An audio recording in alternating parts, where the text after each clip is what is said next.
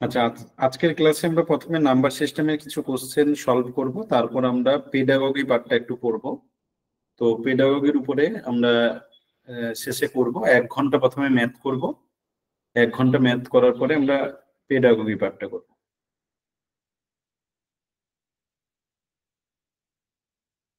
একটু just wait করো।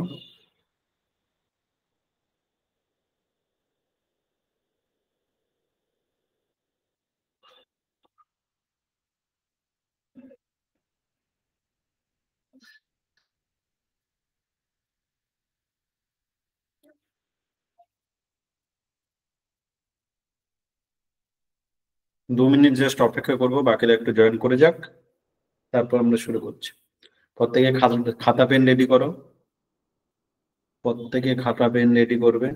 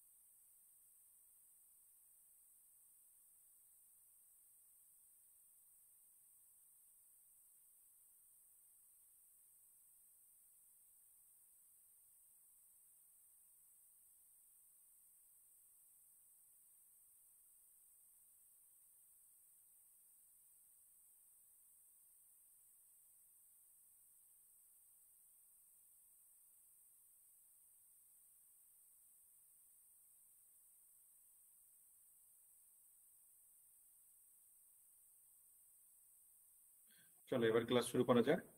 আচ্ছা, নাম্বার সিস্টেমের আমরা শেষ ক্লাসে নাম্বারগুলো নিয়ে আলোচনা করছিলাম। সেখানে আমরা প্রথমে স্বাভাবিক সংখ্যা, তারপর আমরা অখণ্ড সংখ্যা, তারপর পূর্ণ সংখ্যা, তারপর আমরা মূলত সংখ্যা এবং অমূলত সংখ্যা নিয়ে আলোচনা করেছিলাম এবং বলেছিলাম যে এই টোটালটা নিয়ে বাস্তব সংখ্যা হয়। তো আজকে আমাদের প্রথম কাজ হচ্ছে নাম্বার সিস্টেমের উপর কিছু কোশ্চেন আলোচনা করা, তারপরে আমরা পেডাগগি কিছুটা পড়বো। তো 1 ঘন্টা আমরা আগে প্রথমে অঙ্কের উপর পড়বো, তারপরে শেষে পেডাগগি কিছুটা সময় পড়বো। প্রত্যেকে আমার সাউন্ড ঠিকঠাক পাচ্ছ এবং আমার স্ক্রিনটা ঠিকঠাক দেখতে পাচ্ছ, একটু কনফার্ম করে দাও, দেন আমরা ডিরেক্ট ক্লাসে চলে যাচ্ছি। বেশ, আচ্ছা, আশা করি ভগবানের কৃপায় সবাই বেঁচে আছো, তার সাথে জেগেও আছো এই মুহূর্তে। খাতা পেন প্রত্যেকের আছে, নিশ্চয়ই আছে। এমনটা নয় যে আড্ডা মারছো বন্ধুদের সাথে দিয়ে ক্লাস করছো, ওরকমটা যেন না হয়। চেষ্টা করো যে যাতে খাতা পেনটা নিয়ে বসো, যেখানে যেখানে বসে আড্ডা মেরে যেন পড়াশোনাটা না হয়। আচ্ছা, আমরা যে নাম্বারগুলো পড়েছিলাম সেই নাম্বারগুলো একবার জাস্ট রিপিট টেলিকাস্ট করব।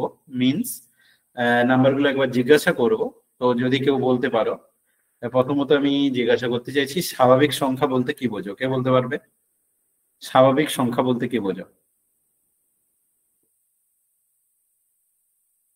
হাত তোলো, তাদের মধ্যে কাউকে জিজ্ঞাসা করব। স্ক্রিনের উপরে একটা হাতের সাইন আছে, তো হাতের সাইনটা ব্যবহার করে কে বলতে পারবে, তাদের মধ্যে কাউকে একটা জিজ্ঞাসা করব। স্বাভাবিক সংখ্যা বলতে কি বোঝো?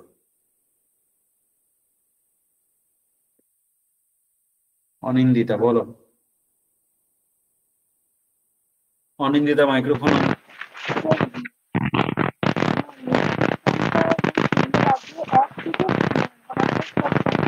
সাউন্ডটা ডিস্টার্ব করছে অনিন্দিতা, একটু মাইক্রোফোনটা ঠিক করো, তোমার সাউন্ডটা খুব ডিস্টার্ব করছে। স্যার বলছিলাম যে সমস্ত ধনাত্মক সংখ্যাই হচ্ছে স্বাভাবিক সংখ্যা, জিরো বাদ দিয়ে এবং নেগেটিভ সংখ্যাগুলো বাদ দিয়ে সমস্ত ধনাত্মক সংখ্যাই হচ্ছে স্বাভাবিক সংখ্যা। কথাটা ভুল হয়ে গেল। হাফ কি স্বাভাবিক সংখ্যা? হাফ তো একটা ধনাত্মক সংখ্যা। হাফ তো একটা ধনাত্মক সংখ্যা, এটা কি স্বাভাবিক সংখ্যা? হলো না, ডেফিনেশনটা ভুল হয়ে গেল। আর কে বলবে? হাত তোলো, জিজ্ঞাসা করবো তাদের মধ্যে, স্বাভাবিক সংখ্যা কাকে বলে? তাড়াতাড়ি একটু পড়া ধরতে হবে, কিন্তু শুধু আমি পড়িয়ে যাব আর তোমরা মজা নেবে ও চলবে না। তাড়াতাড়ি হাত তোলো। স্বাভাবিক সংখ্যা কাকে বলে? একজনও না পারলে কিন্তু খুব বাজে ব্যাপার, তার মানে বোঝাই কেউ পড়ছো না। তখন আমি সরকারকে দোষ দেবো না, তোমাদেরকেই দোষ দেবো।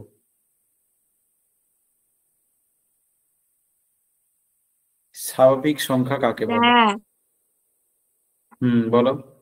শূন্য বাদ দিয়ে যেগুলোকে আমরা গণনার কাজে লাগাই, যেমন রোল কল যেটা করা হয় আর কি, 1 থেকে। শূন্যকে কি গণনা নাকি? হ্যাঁ, শূন্যকে কি গণনার কাজে ব্যবহার করা হয়? শূন্য ছাড়া বলেছি, শূন্য বাদ দিয়ে। আর তোমার শূন্য ছাড়া বলার দরকার কি? গণনার কাজে তো শূন্য ব্যবহার হয় না, তাহলে শূন্যকে তুমি বলার দরকার কি? বলবে দিয়ে যে হবে না সমস্ত অখণ্ড সংখ্যা। যে সমস্ত সংখ্যাকে গণনার কাজে ব্যবহার করা হয়, যে সমস্ত সংখ্যাকে গণনার কাজে ব্যবহার করা হয় তাদেরকে স্বাভাবিক সংখ্যা বলে। যেমন 1 2 3 4 5 6 7 ডট ডট ডট করে, এগুলো হচ্ছে স্বাভাবিক সংখ্যা। তাহলে যে সমস্ত সংখ্যাকে গণনার কাজে ব্যবহার করা হয় তাদেরকে স্বাভাবিক সংখ্যা বলে। উদাহরণ হিসেবে 1 2 3 4 5 6 ডট ডট ডট করে। বেশ। পূর্ণ সংখ্যা কাকে বলে? কে বলবে? হাত তুলবে। পূর্ণ সংখ্যা কাকে বলে? হাত তুলবে, তাদের মধ্যে কাউকে জিজ্ঞাসা করব পূর্ণ সংখ্যা কাকে বলে।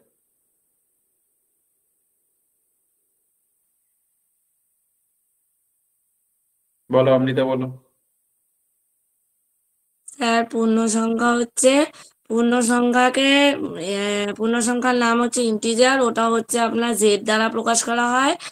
আর 0 1 2 3 4 সব হবে, মানে তারপর থেকে সব হবে। আর এদিকে মাইনাসের দিক থেকে যেগুলো আছে, -1 2 সেগুলোও হবে। সে তো বুঝলাম, কিন্তু ডেফিনেশন হলো কোথায়? এটা তো উদাহরণ হয়ে গেল। স্যার, যে সংখ্যার কোনো ভগ্নাংশ থাকে না তাকে পূর্ণ সংখ্যা বলে। যে সংখ্যা ভগ্নাংশ থাকে না, একরকম ভাবে মানা যায়, কিন্তু তাও একটা প্রবলেম থাকে। আর কেউ? পূর্ণ সংখ্যা কাকে বলে?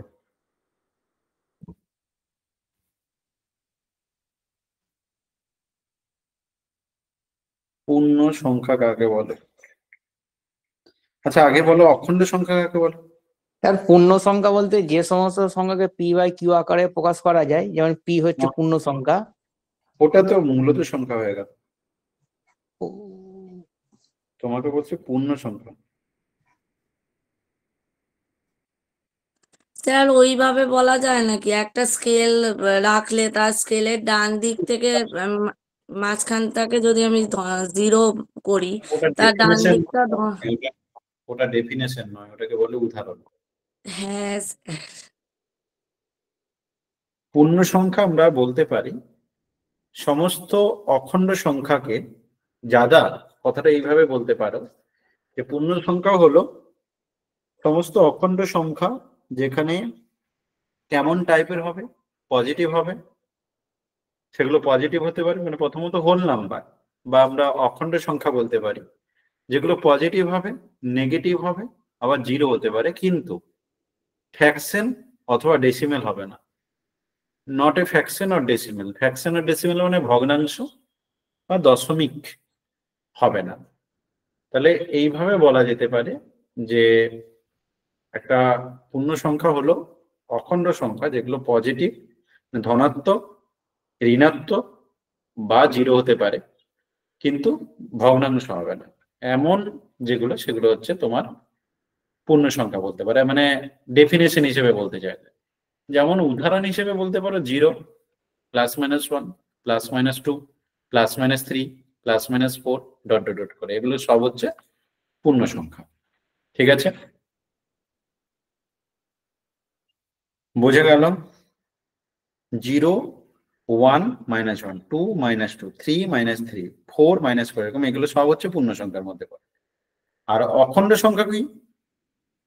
ধনাত্মক অখণ্ড সংখ্যা কি বলতে পারো? যে স্বাভাবিক সংখ্যার সাথে শূন্যকে নিয়ে নিলে, স্বাভাবিক সংখ্যার সাথে শূন্যকে নিয়ে নিলে যে সংখ্যাগুলোর মোট পাবো তাদেরকে আমরা বলবো অখণ্ড সংখ্যা। অখণ্ড সংখ্যা মানে খণ্ড নয় আর কি। যেমন উদাহরণ হিসেবে 0, 1, 2, 3, 4, 5, 6 এগুলো হচ্ছে অখণ্ড সংখ্যা।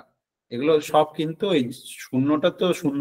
আমরা যদি কেউ তোমাকে জিজ্ঞাসা করে ধনাত্মক সংখ্যা কাকে বলে, তাহলে কিন্তু তুমি বলবে যে 0 থেকে বড় সমস্ত সংখ্যাকে, শূন্যের থেকে বড় সমস্ত সংখ্যাকে ধনাত্মক সংখ্যা বলে, আর শূন্য থেকে ছোট সমস্ত সংখ্যাকে ঋণাত্মক সংখ্যা বলে। এটা হচ্ছে ধনাত্মক আর ঋণাত্মকের ডেফিনেশন বলতে পারো। বোঝা গেছে এই পর্যন্ত?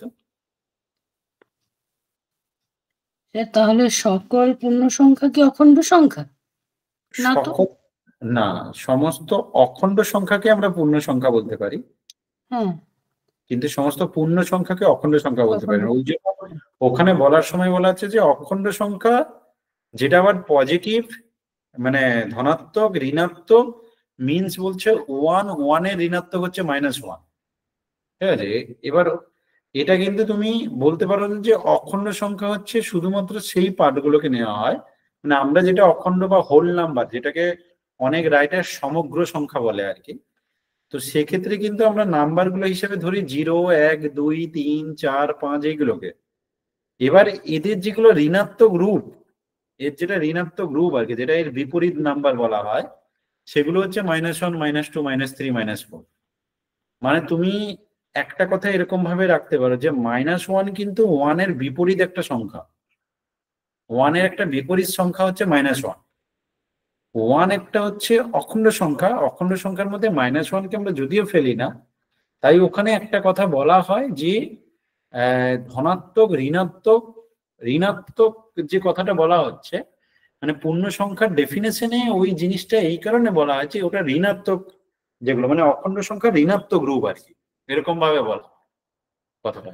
যে অখণ্ড সংখ্যার ধনাত্মক নেব, শূন্য নেব, অখণ্ড সংখ্যার মধ্যে তো শূন্য থাকছে, মিনস 0, +1, +2, +3 এগুলো অখণ্ড সংখ্যার সেটের মধ্যে থাকছে।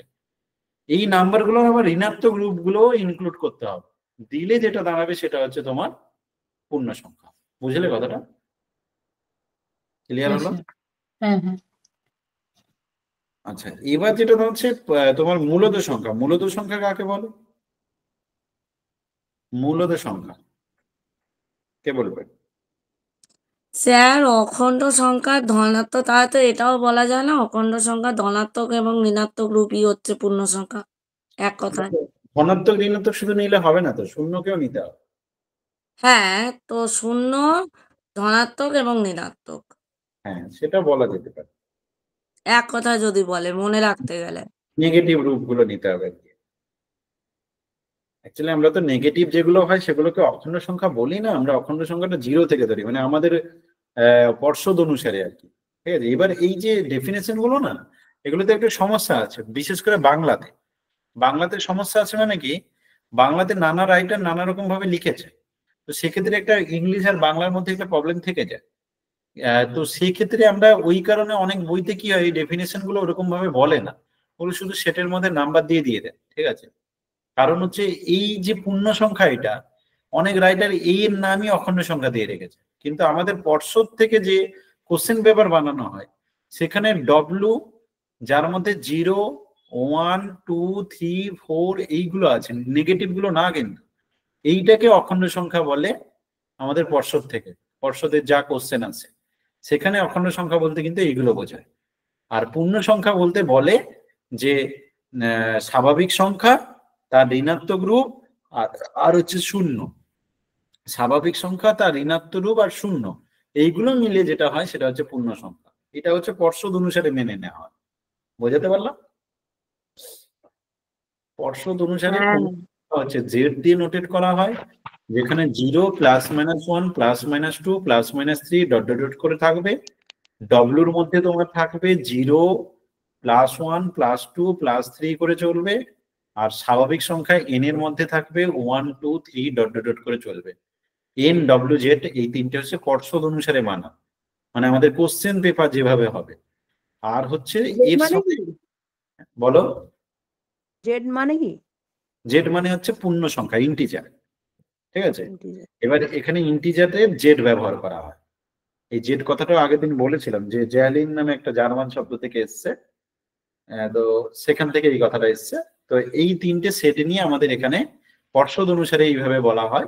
আর যেটা একটা আছে কিউ, কিউ হচ্ছে রেশনাল নাম্বার বা মূলত সংখ্যা। কাকে বলে কে বলবে?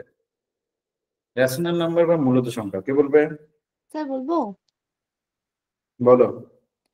যেসব সংখ্যাকে পি বাই কিউ আকারে প্রকাশ করা যায়, যেখানে যেখানে পি কিউটা হচ্ছে সবসময় পূর্ণ সংখ্যা হবে আর কিউটা কখনোই জিরো হবে না। যে সমস্ত সংখ্যাকে পি বাই কিউ আকারে প্রকাশ করা যায়, যেখানে পি কিউটা হচ্ছে পূর্ণ সংখ্যা আর কিউটা জিরো হবে না, একদম ঠিক বলেছে। তো এটাকে আমরা মূলত সংখ্যা বলি। আর অমূলত সংখ্যা কাকে বলে?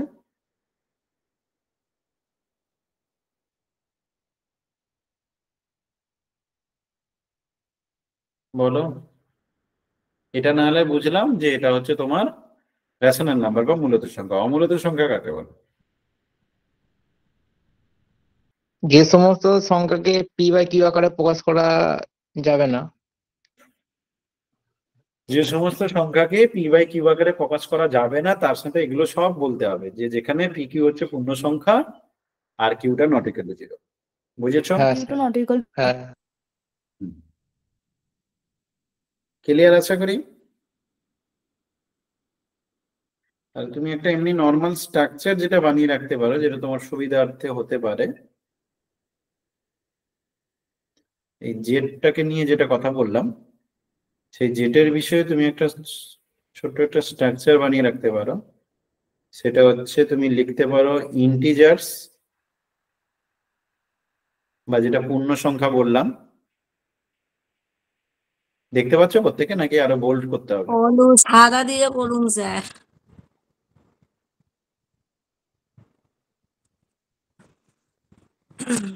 সাদা বা হলুদ দিয়ে করুন। দেখা যাচ্ছে এবার? হ্যাঁ ঠিক আছে। আচ্ছা, ইন্টিজার্স বা পূর্ণ সংখ্যা, এটাকে আমরা দুটো পার্টে ভাগ করে দেবো। একটা হচ্ছে নেগেটিভ নাম্বারস। নেগেটিভ নাম্বারস হচ্ছে নেগেটিভ হোল নাম্বারস বলতে পারো, বা নেগেটিভ নাম্বারস বলতে পারো। আর একটা ভাগ করা হয় হোল নাম্বারস বলে, মানে পর্ষদ অনুসারে যেগুলো। এই হোল নাম্বারসের দুটো পার্ট, এখানে থাকে একটা জিরো আর একটা হচ্ছে ন্যাচারাল নাম্বার। ন্যাচারাল নাম্বার মানে স্বাভাবিক সংখ্যা। তো স্বাভাবিক সংখ্যা জিরো মিলে হোল নাম্বার হয়, আর নেগেটিভ নাম্বার গুলো এই অল টোটাল মিলে হয়ে যায় ইন্টিজার্স। আর যেগুলো তোমার ওই নেগেটিভ নাম্বার গুলো হয়, সেগুলো হচ্ছে অ্যাকচুয়ালি তোমার স্বাভাবিক সংখ্যাগুলোর হচ্ছে তোমার অ্যাডিটিভ ইনভার্স, মানে আমি বলতে পারি বিপরীত বিপরীত সংখ্যা। বিপরীত সংখ্যা বলতে পারি কার সাপেক্ষে? যোগের সাপেক্ষে। বিপরীত সংখ্যা যোগের সাপেক্ষে, যেমন প্লাস ওয়ানের বিপরীত সংখ্যাকে মাইনাস ওয়ান, কার সাপেক্ষে? এটা বিপরীত সংখ্যা যোগের সাপেক্ষে। আগের দিন বলেছিলাম যে দুটো সংখ্যা যোগ করে যদি শূন্য হয়, একটাকে আরেকটার বিপরীত সংখ্যা বলা হয়। আর দুটো সংখ্যা গুণ করে যদি ওয়ান হয়, তখন সেক্ষেত্রেও একটাকে আরেকটার বিপরীত সংখ্যা বলা হয়, কিন্তু সেটা গুণের সাপেক্ষে বলা হয়। বুঝেছো কথাটা? একটা হচ্ছে গুণের সাপেক্ষে আর একটা হচ্ছে যোগের সাপেক্ষে। ক্লিয়ার? কনফার্ম করো এটুকু বুঝেছো প্রত্যেকে? স্যার হোল নাম্বারকে কিভাবে দেখেছেন? জিরো আর এটা কি লিখেছেন বুঝতে পারছেন এটা? জিরো আর স্বাভাবিক সংখ্যা ন্যাচারাল নাম্বার, জিরো আর তার সাথে ন্যাচারাল নাম্বার স্বাভাবিক সংখ্যা। হোল নাম্বার ওই জিরো আর ন্যাচারাল নাম্বার হ্যাঁ, মিলে হোল নাম্বারটা ধরা হয়। হ্যাঁ, হোল নাম্বারটা হয় জিরো আর সমস্ত স্বাভাবিক সংখ্যা মিলে। মানে সোজা কথা, 0, 1, 2, 3, 4, 5, 6, আর আমাদের যত কোশ্চেন আছে সব হোল নাম্বারের উপরেই আছে। মানে আমাদের হোল নাম্বারটা খুব ভালো করে জানতে হয়। যত কোশ্চেন পরীক্ষায় আছে এর উপরেই কোশ্চেন আছে, কারণ এটা ইম্পর্টেন্ট। এখানে আর জিরোটা মূলত নিয়ে সংখ্যাটা বলবেন কোনটা? স্যার? মূলটা একটু বলে দেবেন, স্কিপ করে গেলাম। যে সমস্ত সংখ্যাকে যে সমস্ত সংখ্যাকে পি বাই কিউ আকারে প্রকাশ করা যায়, যেখানে পি কিউটা হচ্ছে পূর্ণ সংখ্যা আর কিউটা জিরো নয়, সেই সমস্ত সংখ্যাকে মূলত সংখ্যা বলে। যেমন 3/2, 1/2, -1/2।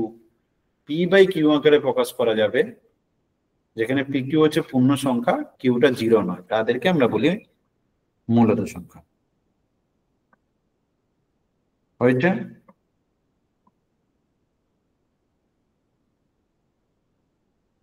হ্যাঁ স্যার। প্রত্যেকের বোঝা গেছে এই পর্যন্ত?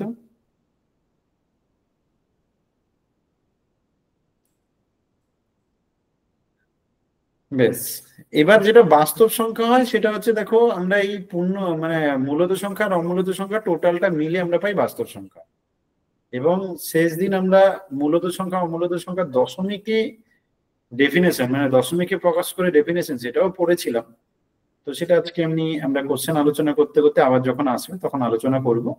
তো আপাতত আমরা কোশ্চেন গুলোতে চলে যাই। প্রথম কোশ্চেন থেকে আমরা দেখছি, এগুলো আমরা লাস্ট ক্লাসে আলোচনা করেছিলাম, তো সেই হিসেবে আমরা এখান থেকে আলোচনা করছি। প্রথম কোশ্চেনটা বলছি শূন্য সংখ্যাটা হলো কি? অপশন দিয়েছে পূর্ণ সংখ্যা কিন্তু মূলদ সংখ্যা না, মূলদ সংখ্যা কিন্তু বাস্তব সংখ্যা না, অখণ্ড সংখ্যা কিন্তু পূর্ণ সংখ্যা না, অখণ্ড সংখ্যা কিন্তু স্বাভাবিক সংখ্যা না। এইরকম টাইপের কোশ্চেন এলে তোমার প্রথম কাজ যেটা করতে হয়, যেটা তোমার তাড়াতাড়ি আনসার দেবে, সেটা হচ্ছে তুমি সবসময় খুঁজবে এই শূন্যকে নিয়ে যে কাজটা আমরা করি। আমরা জানি শূন্যটা শুরু হয়েছে কোথা থেকে।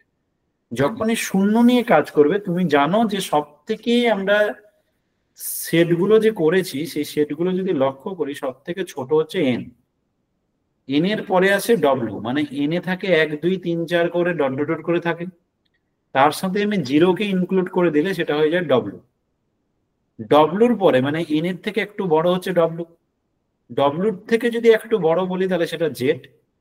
জেটের থেকে যদি একটু বড় বলি সেটা বলি কিউ।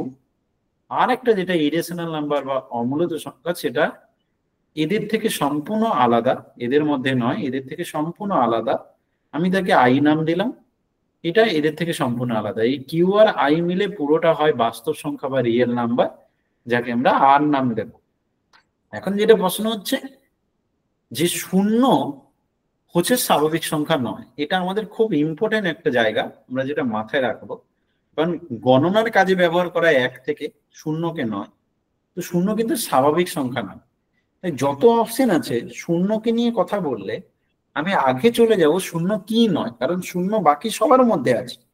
শূন্য কিন্তু ডব্লুতে আছে, ডব্লুতে থাকা মানে ডব্লুর সবাই যদি জেটে থাকে তার মানে জেটেও আছে। আবার জেটের সবাই যদি কিউতে থাকে তার মানে শূন্য কিউর মধ্যেও আছে। তাই শূন্যকে আমি খুঁজবো কোথায় না, শূন্য কোথায় নেই সেটা খুঁজবো। তাহলে শূন্য নেই, 1 নম্বর হচ্ছে স্বাভাবিক সংখ্যা নয়, আর এটা শূন্য অমূলদ সংখ্যা। তাহলে দুটো কথা শূন্যের উপরে স্টার করে খাতায় লিখে রাখবো। শূন্য কি সংখ্যা নয়, খাতাতে স্টার করে লিখে রাখবো শূন্য কি সংখ্যা নয়। শূন্য হচ্ছে অমূলদ সংখ্যা নয়, অমূলদ সংখ্যা নয়, আর শূন্য স্বাভাবিক সংখ্যা নয়।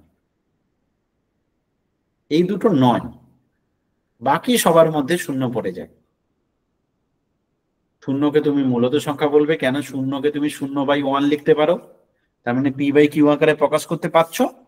তাই শূন্য একটা মূলদ সংখ্যা। শূন্য তো হোল নাম্বার মানে অখণ্ড সংখ্যা, শূন্য পূর্ণ সংখ্যা। তারপর মানে শূন্য হচ্ছে সমস্ত জায়গায় পড়ে যাচ্ছে।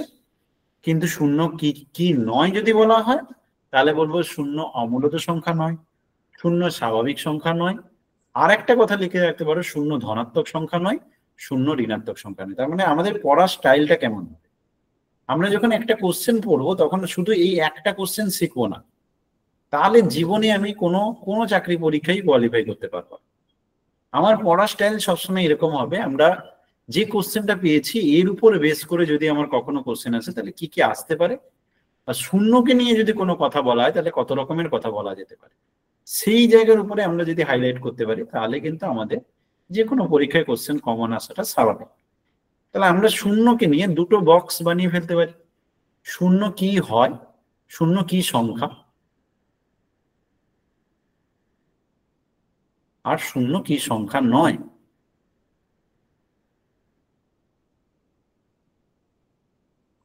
তাহলে আমি যদি বলি শূন্য কি সংখ্যা, শূন্যকে আমরা বলতে পারি অখণ্ড সংখ্যা, শূন্যকে আমি বলতে পারি মূলদ সংখ্যা, শূন্যকে আমি বলতে পারি বাস্তব সংখ্যা,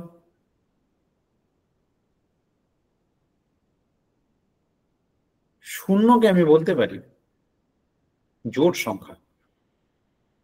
জোড় সংখ্যা কাকে বলে?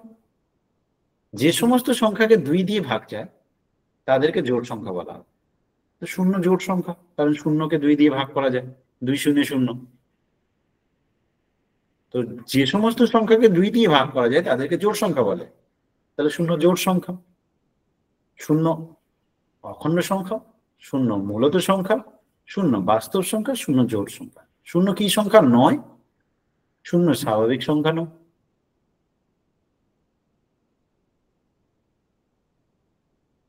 2 নম্বর, অমূলত সংখ্যা নয়।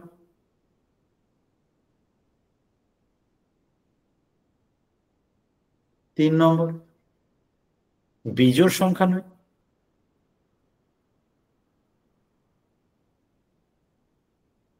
কারণ 2 দিয়ে ভাগ যায়। 4 নম্বর, ধনাত্মক সংখ্যা নয়। 5 নম্বর, ঋণাত্মক সংখ্যা নয়। আরো যদি কখনো তোমার মাথায় কোনো কোশ্চেন পড়তে গিয়ে পাও, তাহলে এই লিস্টে সেটাকে ইনক্লুড করে নেবে। তাহলে কি হবে, তোমার খাতায় একটা জায়গাতে একটা একটা নাম্বার সম্বন্ধে আলোচনা। শূন্য ভীষণ ইম্পর্টেন্ট একটা নাম্বার। আমরা বলি শূন্যের দাম নেই, কিন্তু শূন্য সব অঙ্কে দেখা যায় তার কত বড় দাম। সে না হলে অনেক কিছুই চলবে না। বুঝেছো কথাটা? ক্লিয়ার হয়েছে? স্যার স্বাভাবিক সংখ্যা কাকে বলে? যে সমস্ত সংখ্যা গণনার কাজে ব্যবহার করা হয় তাদেরকে স্বাভাবিক সংখ্যা বলে। যেমন 1 2 3 4 5 6 7 8 9 10 ডট ডট ডট। আর স্যার বাস্তব সংখ্যা? বাস্তব সংখ্যা হচ্ছে মূলধন আর অমূলধন মিলে। মানে যত তোমাকে একটা লাইন দিলাম, এই রেখার উপরে যতগুলো সংখ্যা আছে সব, মানে হাফও হবে, মাইনাস হাফও হবে, বাস্তব রূপে যেগুলোকে দেখতে পাচ্ছ, √2, তুমি যে নাম্বারগুলো নিয়ে কাজ করছো সব সব হচ্ছে বাস্তব সংখ্যা। এমন সংখ্যা নিয়ে তুমি কাজ করো না যে সংখ্যা স্কোয়ার করলে ঋণাত্মক হয়। পেয়েছো এমন কোন সংখ্যা? এমন একটা সংখ্যা পাবে যাকে বর্গ করলে ঋণাত্মক হবে? আছে তোমার কাছে স্টকে? তো এমন যদি কোনো সংখ্যা পাও যাকে স্কোয়ার করলে ঋণাত্মক হবে, সেটাকে বলা হয় অবাস্তব সংখ্যা। যেমন √1 √1 একে যদি বর্গ করো, বর্গ করা মানে একই জিনিস দুবার গুণ করো, তখন হয়ে যাবে -1। এইটা হচ্ছে অবাস্তব সংখ্যা, যেটা বাস্তবে নেই। এটা হচ্ছে অবাস্তব রূপ, তাই এটাকে অবাস্তব সংখ্যা বলে। তাহলে এমন সংখ্যা যার বর্গ করলে মাইনাস পাওয়া যায়, ঋণাত্মক পাওয়া যায়, সেই সংখ্যা হচ্ছে অবাস্তব সংখ্যা। যেটা আমাদের বাস্তব রূপে এরকম নাম্বার নেই। বাস্তব সংখ্যা হচ্ছে মোটামুটি তুমি যে সমস্ত নাম্বার নিয়ে আলোচনা করছো সবই বাস্তব সংখ্যা। বাস্তব রূপে যেগুলো পাচ্ছ, শূন্য, হাফ, মাইনাস হাফ, মানে মূলত অমূলত মিলে হচ্ছে মোট বাস্তব সংখ্যা। ঠিক আছে? হ্যাঁ স্যার। ক্লিয়ার এই পর্যন্ত সবাই? অমূলতাটা কি এই পর্যন্ত বলবেন? যে সমস্ত সংখ্যাকে p/q আকারে প্রকাশ করা যাবে না, যেখানে p/q হচ্ছে পূর্ণ সংখ্যা, q not equal to 0, ওখানে সব একই হবে, শুধু যাবে না বলতে হবে। ঠিক আছে? ঠিক আছে। হ্যাঁ, এক্সাম্পল কি একটু বলুন। কিসের অমূলত সংখ্যা? যেমন √2, √5, একে তুমি p/q আকারে লিখতে পারবে না। √7, প্রথম ক্লাসটা দেখে নেবে। যেগুলো হবে ওগুলো অমূলই হবে। হ্যাঁ, এগুলো অমূলত, রুট থাকবে আর কি, রুটকে কোনোভাবে তাড়াতে পারবে না। রুটকে যেমন √16 কিন্তু নয়, √16 থেকে 4 হয়ে যায়, রুটকে সরিয়ে দিতে পারো, কিন্তু যে সমস্ত সংখ্যা রুটকে কোনোভাবে সরাতে পারবে না সেগুলো হয়ে যাবে অমূলত সংখ্যা। বুঝেছ? তার মানে √2 হবে তো স্যার, √3 হবে তো? হ্যাঁ, √2, √3 এগুলো সব অমূলত সংখ্যা। বিজোড় √5 ও সংখ্যাগুলো তার হবে। মানে স্যার, বলো। বিজোড় সংখ্যা মানে বিজোড় সংখ্যাগুলো না না, বীজের সংখ্যা রুট বললে হবে না তো, √9 হবে না। হ্যাঁ, √9 কে তো ভাঙা যায়। ভাঙা যাবে, হ্যাঁ। বীজের বললে হবে না, অত সোজা নয়, বীজের বললে চলবে না। মৌলিক সংখ্যা যেগুলো তার উপর রুট করতে পারো, সেগুলো সব অমূলত সংখ্যা হয়ে যাবে। কিন্তু তার মানে যে আরো √6 যেমন আছে, এটাও কিন্তু অমূলত সংখ্যা। 6 তো জোড় সংখ্যা, কিন্তু রুট করলে সেটা অমূলত সংখ্যা, কারণ এখানে যদি রুটকে কোনোভাবে সরাতে না পারে তখন সেটা অমূলত হয়ে যাবে। বোঝা গেছে? হ্যাঁ স্যার, আর ওই মূলদ সংখ্যাটা বললেন স্যার p/q আকারে প্রকাশ করা যায়? হ্যাঁ, p/q আকারে প্রকাশ করা যাবে, যেখানে p/q হচ্ছে পূর্ণ সংখ্যা, q not equal to 0। আগের দিন যে ক্লাসটা করেছে আগের দিনের ক্লাসটা ভালো করে রেকর্ডিংটা দেখে নেবে, ওখানে এগুলো আরো ডিটেলসে আলোচনা করা আছে, ঠিক আছে? ঠিক আছে। আচ্ছা, এবার হচ্ছে তার মানে তোমার প্রথম কোশ্চেনের আনসার কি দাঁড়ালো? প্রথম কোশ্চেনের আনসার হবে অপশন ডি, অখণ্ড সংখ্যা কিন্তু স্বাভাবিক সংখ্যা নয়। অখণ্ড সংখ্যা তো আমরা জানি 0 থেকে শুরু হয়, 0 1 2 3 4 করে ডট ডট ডট করে। আমি দেখতে পাচ্ছি 0 সংখ্যাটা এখানে আছে, এটা অখণ্ড সংখ্যা কিন্তু 0 স্বাভাবিক সংখ্যা নয়। অপশন ডি হচ্ছে রাইট আনসার। বোঝা গেছে প্রথম কোশ্চেনের আনসার?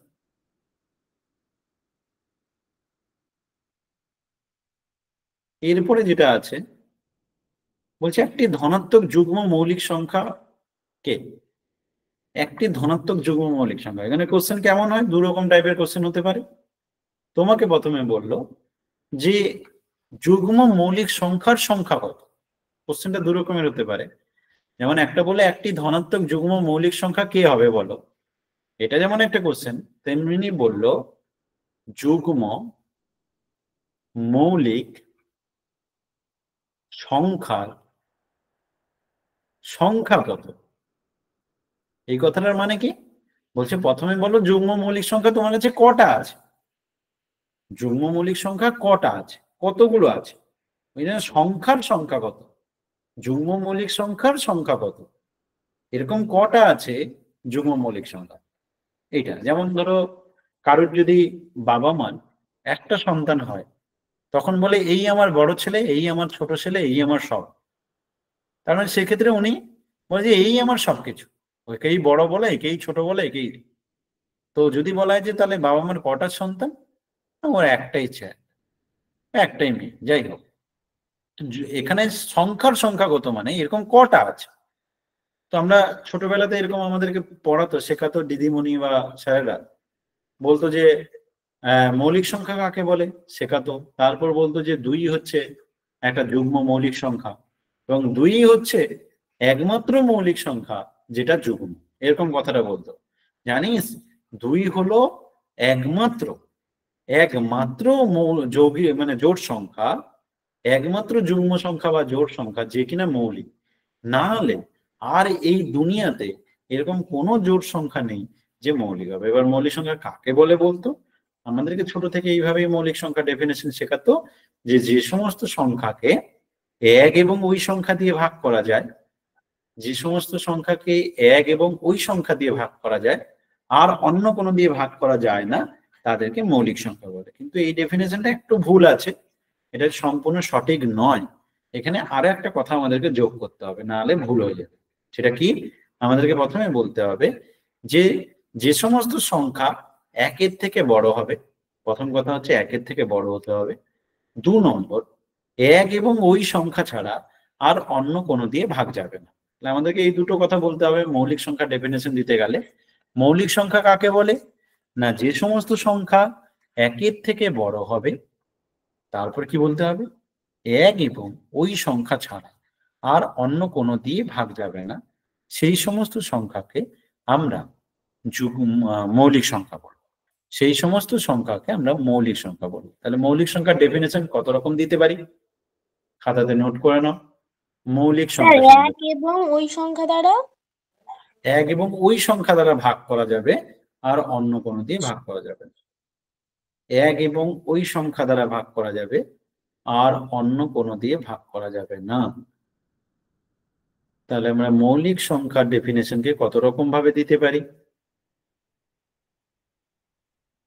1 নম্বর, মৌলিক সংখ্যা কাকে বলে? তাহলে প্রথমে লিখবো যে মৌলিক সংখ্যা হতে গেলে পি যদি মৌলিক হয়, পি যদি মৌলিক হতে হয় তবে পি কে কি হতে হবে? পি কে 1 থেকে বড় হতে হবে। 2 নম্বর, পি কে 1 এবং পি ছাড়া আর অন্য কোনো দিয়ে ভাগ করা যাবে না। পি কে 1 এবং পি ছাড়া আর অন্য কোনো দিয়ে ভাগ করা যাবে না। আবার কিভাবে বলা যেতে পারে? যে সংখ্যার কেবলমাত্র বা শুধুমাত্র 2টি উৎপাদক আছে, দুটি উৎপাদক আছে। উৎপাদক কোনগুলো? এই যেগুলো ভাগ করে আর কি, যেগুলো গুণনীয়ক, উৎপাদক বা গুণনীয়ক বলা হয়। যে সংখ্যার কেবলমাত্র দুটি উৎপাদক আছে সেই সংখ্যাকে মৌলিক সংখ্যা বলে।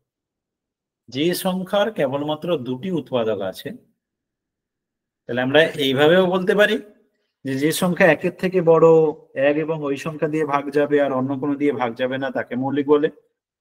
আবার এমনও বলতে পারি যে সংখ্যার কেবলমাত্র দুটি উৎপাদক আছে বা দুটি গুণনীয়ক আছে, তাকে আমরা মৌলিক সংখ্যা বলি। বোঝা গেছে?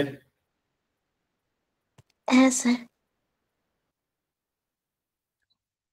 এবার যদি আমাকে বলে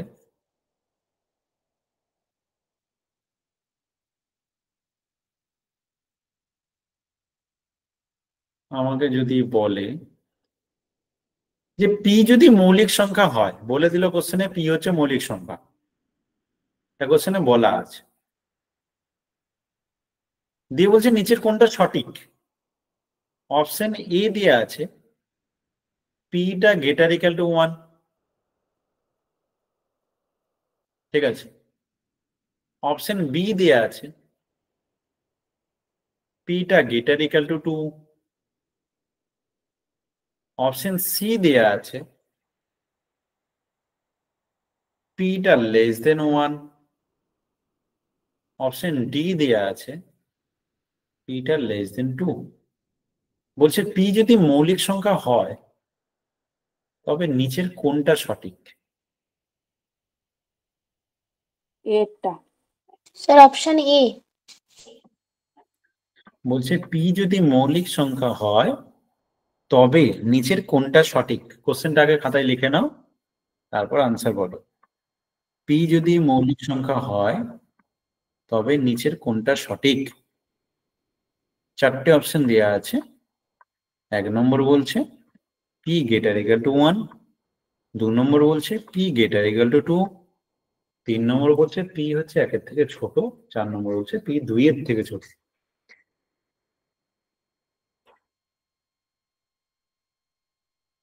যারা এর আগের ক্লাসটা দেখোনি অবশ্যই দেখে নিও, ওখানে আমরা এই নাম্বার নিয়ে আলোচনা করেছি, ওটা ভালো করে দেখে নেবে, তাহলে আরো বেশি ভালো লাগবে। আগের ক্লাসটা কোথা থেকে পাবো স্যার রেকর্ডিং গুলো? সব ড্রাইভে দেওয়া আছে, মেল আইডিটা পাঠাবে, ড্রাইভে রেকর্ডিং পেয়ে যাবে। পিটা হচ্ছে মৌলিক সংখ্যা বলা বলতে নিচে। তো এখানে কি আনসার হবে? এখানে আনসার হবে বি। বিটা হচ্ছে কেন রাইট? দেখো একটা অপশন এটা কেন নয়, কারণ হচ্ছে অপশন এ যে পি গ্রেটার ইকুয়াল টু 1 কথাটা বলা আছে, এই কথাটার মানে পি 1 হতে পারে বা 1 থেকে বড় হতে পারে, মানে যে কোনো ঘটতে পারে। এবার পি যদি 1 হয়, 1 হলে তো পি মৌলিক নয়। 1 কি মৌলিক সংখ্যা নাকি? মৌলিক সংখ্যা হতে গেলে প্রথমেই শর্ত কি বললো? 1 থেকে বড় হতে হবে মৌলিক সংখ্যা। তো তুমি যদি বলো পিটা 1, তাহলে তো ভুল হয়ে যাবে, তাহলে এই শর্ত মানবে না। পি গ্রেটার ইকুয়াল টু 1 কথাটার মানে পি হয় 1 অথবা 1 থেকে বড়, এই দুটোর মধ্যে যে কোনো একটা হলেই সেটাকে মৌলিক বলা যায়, এটা বোঝাতে চাইছে। কথাটা তো ভুল। পিতে 1 হলে মৌলিক হবে না, পি কি সবসময় 1 থেকে বড় হতে হবে, কি তাই তো? বলো। হ্যাঁ স্যার। হ্যাঁ। তার মানে এটা ভুল হয়ে গেল। এবার 2 নম্বরটা কেন ঠিক? কারণ ওখানে বলছে পিটা স্টার্ট হচ্ছে 2 থেকে, 2 থেকে 2 অথবা 2 থেকে বড় সংখ্যা পি যদি মৌলিক হয়, তো মৌলিক তো প্রথম স্টার্ট কে 2 থেকেই, 2, 3 তারপর 5। এবার সব তো বলেনি, এখানে যদি বলতো, এখানে কোশ্চেনটা যদি একটু চেঞ্জ করে দিত। আচ্ছা এই কোশ্চেনটার আনসার আগে বুঝে না, তারপর আরেকটা কোশ্চেন দিচ্ছি আমি।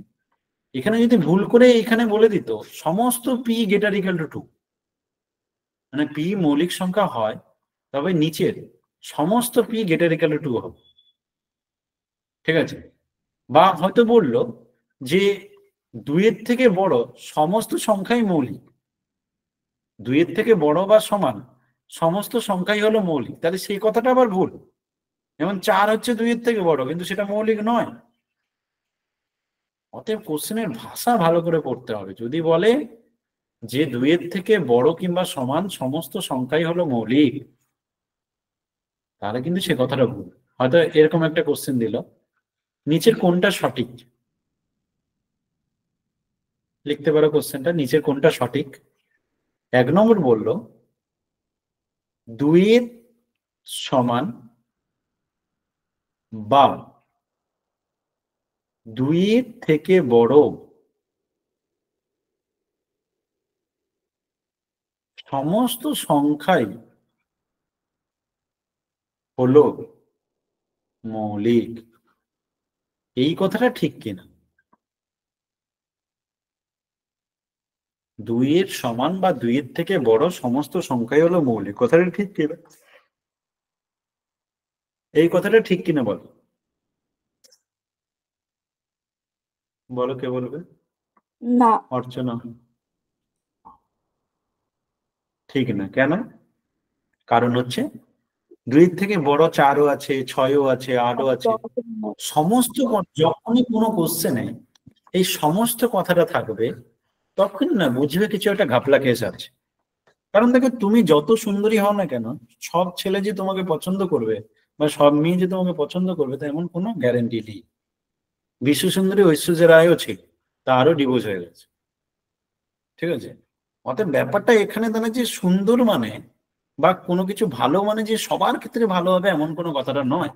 তাই যখনই কোনো প্রশ্নে সমস্ত কথাটা দেখবে, তখনই বুঝবে ডালমে কুচ কালা হয়। তো সেখানে একটু হাইলাইট করবে, সেখানে একটু মানে দাঁড়িয়ে যাবে, দিয়ে ভাববে, দিয়ে আনসার করবে। মানে সমস্ত কথাটা খুব ডেঞ্জারাস, এটা হওয়ার চান্সটা খুব কম থাকে। 99% ক্ষেত্রেই ফেল করে। বোঝাতে পারলো? না, সবাই সবাই একজনকে ভালোবাসতে পারে না, সবাই একজনের পিছনে ছুটে।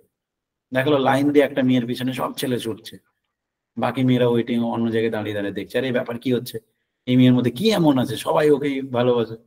ব্যাপারটা ওরকম দাঁড়িয়ে, যেটা বাস্তবে সম্ভব না। ঠিক আছে? তো ভগবান ওরকম ব্যালেন্স করেই পাঠিয়েছে।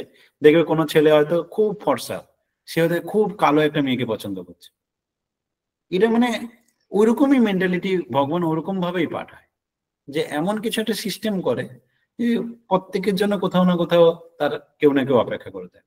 ব্যাপারটা এখানে এরকম দাঁড়ায়, একজনকে সবার পছন্দ হবে এমনটা কখনো হতে পারে না, আবার একজনকে সবাই খারাপ বলবে এটাও কখনো হতে পারে না। তাই সমস্ত কথাটা যখনই থাকবে তখনই কোশ্চেনে প্রবলেম থাকবে। তো এখানে যেহেতু বলছে 2-এর সমান বা 2-এর থেকে বড় সমস্ত সংখ্যাই মৌলিক, তখনই বুঝে যাবে যে একটা প্রবলেম আছে। যেমন 4, 6, 8 এগুলো কিন্তু 2-এর থেকে বড়, কিন্তু এটা মৌলিক নয়। ক্লিয়ার হয়েছে? বুঝেছো কথাটা? হ্যাঁ স্যার। কিন্তু এটা ঠিক যে এমন কোনো সংখ্যা নেই যে 2-এর থেকে ছোট অথচ মৌলিক। 2-এর থেকে ছোট এমন কোনো সংখ্যাই নেই যে মৌলিক। ঠিক আছে? নেগেটিভ কথাটা খুব কাজে লাগে। 2-এর থেকে ছোট এই কথাটা আমার সঠিক, নেগেটিভ কথাটা খুব কাজে লাগে। এই কথাটা বলতে পারো, 2-এর থেকে ছোট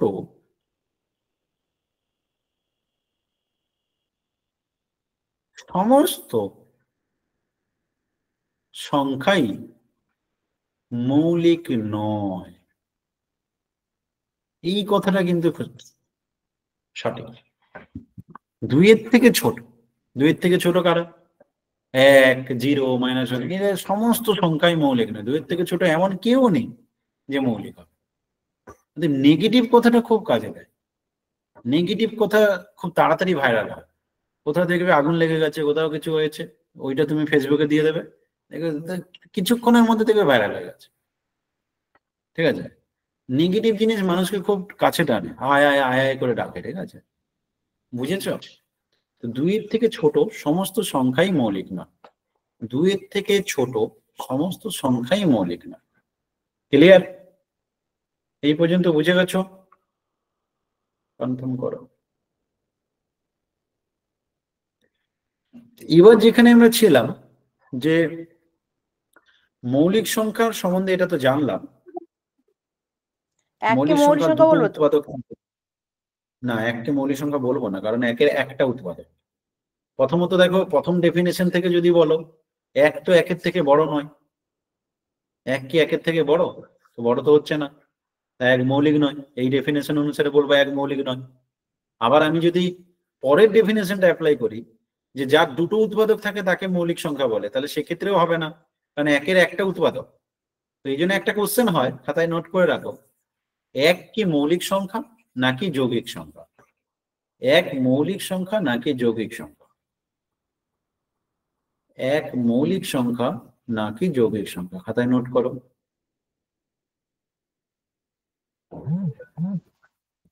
এক সম্বন্ধে জেনে রাখো, এক কি সংখ্যা, এক কি সংখ্যা নয়। এক কি সংখ্যা? এক নম্বর হচ্ছে এক হচ্ছে স্বাভাবিক সংখ্যা এবং সব থেকে ছোট স্বাভাবিক সংখ্যা। স্বাভাবিক সংখ্যা আবার ছোট, সব থেকে ছোট স্বাভাবিক সংখ্যা। তারপর এক হচ্ছে অখণ্ড সংখ্যার মধ্যে পড়বে, এক পূর্ণ সংখ্যার মধ্যে পড়বে,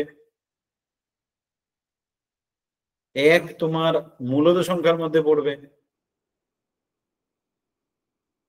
এক বাস্তব সংখ্যার মধ্যে পড়বে। এক কি নয়? এক অমূলদ সংখ্যা নয়।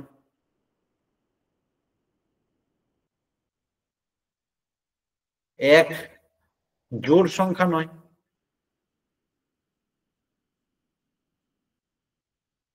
এক হচ্ছে একটা বিজোড় সংখ্যা।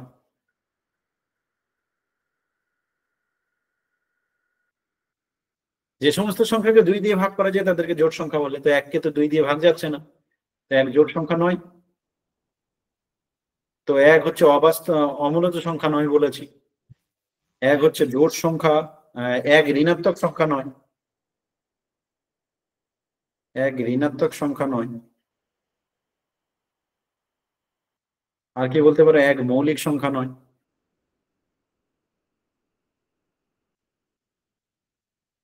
এক যৌগিক সংখ্যাও নয়। কেন যৌগিক সংখ্যা নয়? যৌগিক সংখ্যা কাকে বলে? যে সংখ্যার 2 এর বেশি উৎপাদক থাকে, যে সংখ্যার 2 এর বেশি উৎপাদক থাকে তাকে যৌগিক সংখ্যা বলে। যেমন 4, 4-এর হচ্ছে 1 আছে, 2 আছে, 4 আছে। 9 একটা যৌগিক সংখ্যা, কারণ 9-কে 1 দিয়ে ভাগ করা যায়, 3 দিয়ে ভাগ করা যায়, 9 দিয়ে ভাগ করা যায়। যে দুইয়ের সমস্ত বেশি উৎপাদক থাকে? বলো। হ্যাঁ, ওই যৌগিক সংখ্যা যে সংখ্যা 2-এর বেশি উৎপাদক থাকে বললেন। হ্যাঁ, যে সমস্ত সংখ্যার 2 এর বেশি উৎপাদক থাকে, যে সমস্ত সংখ্যার 2 এর বেশি উৎপাদক থাকে তাদেরকে আমরা যৌগিক সংখ্যা বলবো। যে সমস্ত সংখ্যা 2 এর বেশি উৎপাদক থাকে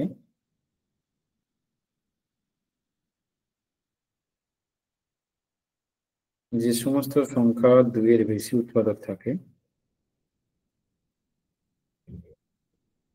লিখেছ,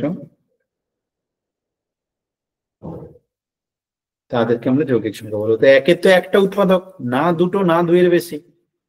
তো একের যেহেতু একটা উৎপাদক, এককে শুধু 1 দিয়েই ভাগ করা যায়, তো একের একটা উৎপাদক হওয়ার জন্য এক মৌলিক সংখ্যা নয়, যৌগিক সংখ্যা নয়। এক না মৌলিক সংখ্যা, এক না যৌগিক সংখ্যা। বোঝা গেছে প্রত্যেকের? প্রত্যেকের বোঝা গেছে? কনফার্ম করো। হ্যাঁ স্যার।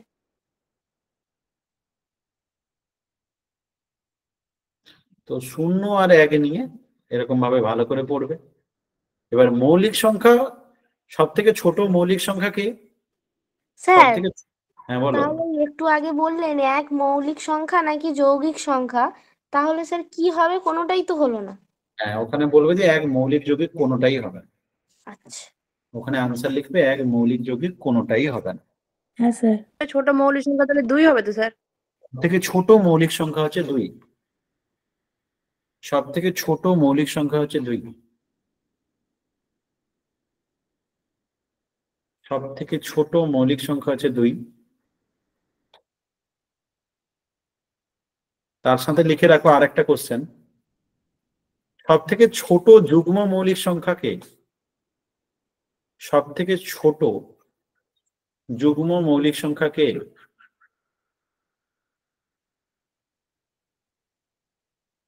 সব থেকে ছোট যুগ্ম মৌলিক সংখ্যা কে? কে হবে? দুই। 2 হবে। দুই কারণ হবে। যুগ্ম সংখ্যা মানে যে সংখ্যাকে 2 দিয়ে ভাগ করা যায়, তো 2 কে তো 2 দিয়ে ভাগ করা যায়। সব থেকে ছোট যুগ্ম মৌলিক সংখ্যা হচ্ছে 2। তার সাথে আরেকটা কোশ্চেনও লিখে রাখো, সব থেকে বড় যুগ্ম মৌলিক সংখ্যাকে, সব থেকে বড় যুগ্ম মৌলিক সংখ্যাকে, সব থেকে বড় যুগ্ম মৌলিক সংখ্যাকে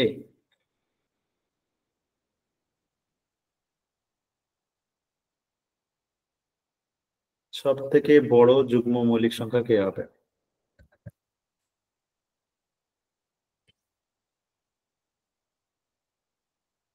কে হবে বড় যুগ্ম মৌলিক সংখ্যা? কে হবে? 2 হবে। দুই কারণ হবে। আমি একটু আগেই উদাহরণ দিয়েছিলাম যে যদি যুগ্ম মৌলিক সংখ্যা বলা হয় তাহলে একমাত্র 2ই আছে, আর কেউ নেই। তো বাবা মার যদি একটা সন্তান থাকে তাহলে সেই বড় ছেলে, সেই ছোট ছেলে। সেই জন্য 2 হচ্ছে ছোট, আবার 2ই বড়। কারণ যুগ্ম মৌলিক সংখ্যা 2 ছাড়া আর কেউ নেই। এই জন্য যদি কোশ্চেনটা এমন আসে যে যুগ্ম মৌলিক সংখ্যার সংখ্যা কত, তাহলে বলবো 1টি। যুগ্ম মৌলিক সংখ্যার সংখ্যা কত? যুগ্ম মৌলিক সংখ্যার সংখ্যা কত? তাহলে বলবো 1টি। সেখানে ভুলে 2 আনসার দেবো না। 2টা হচ্ছে সংখ্যাটা, কিন্তু এরকম কটা আছে? একটাই আছে। সেটা কি?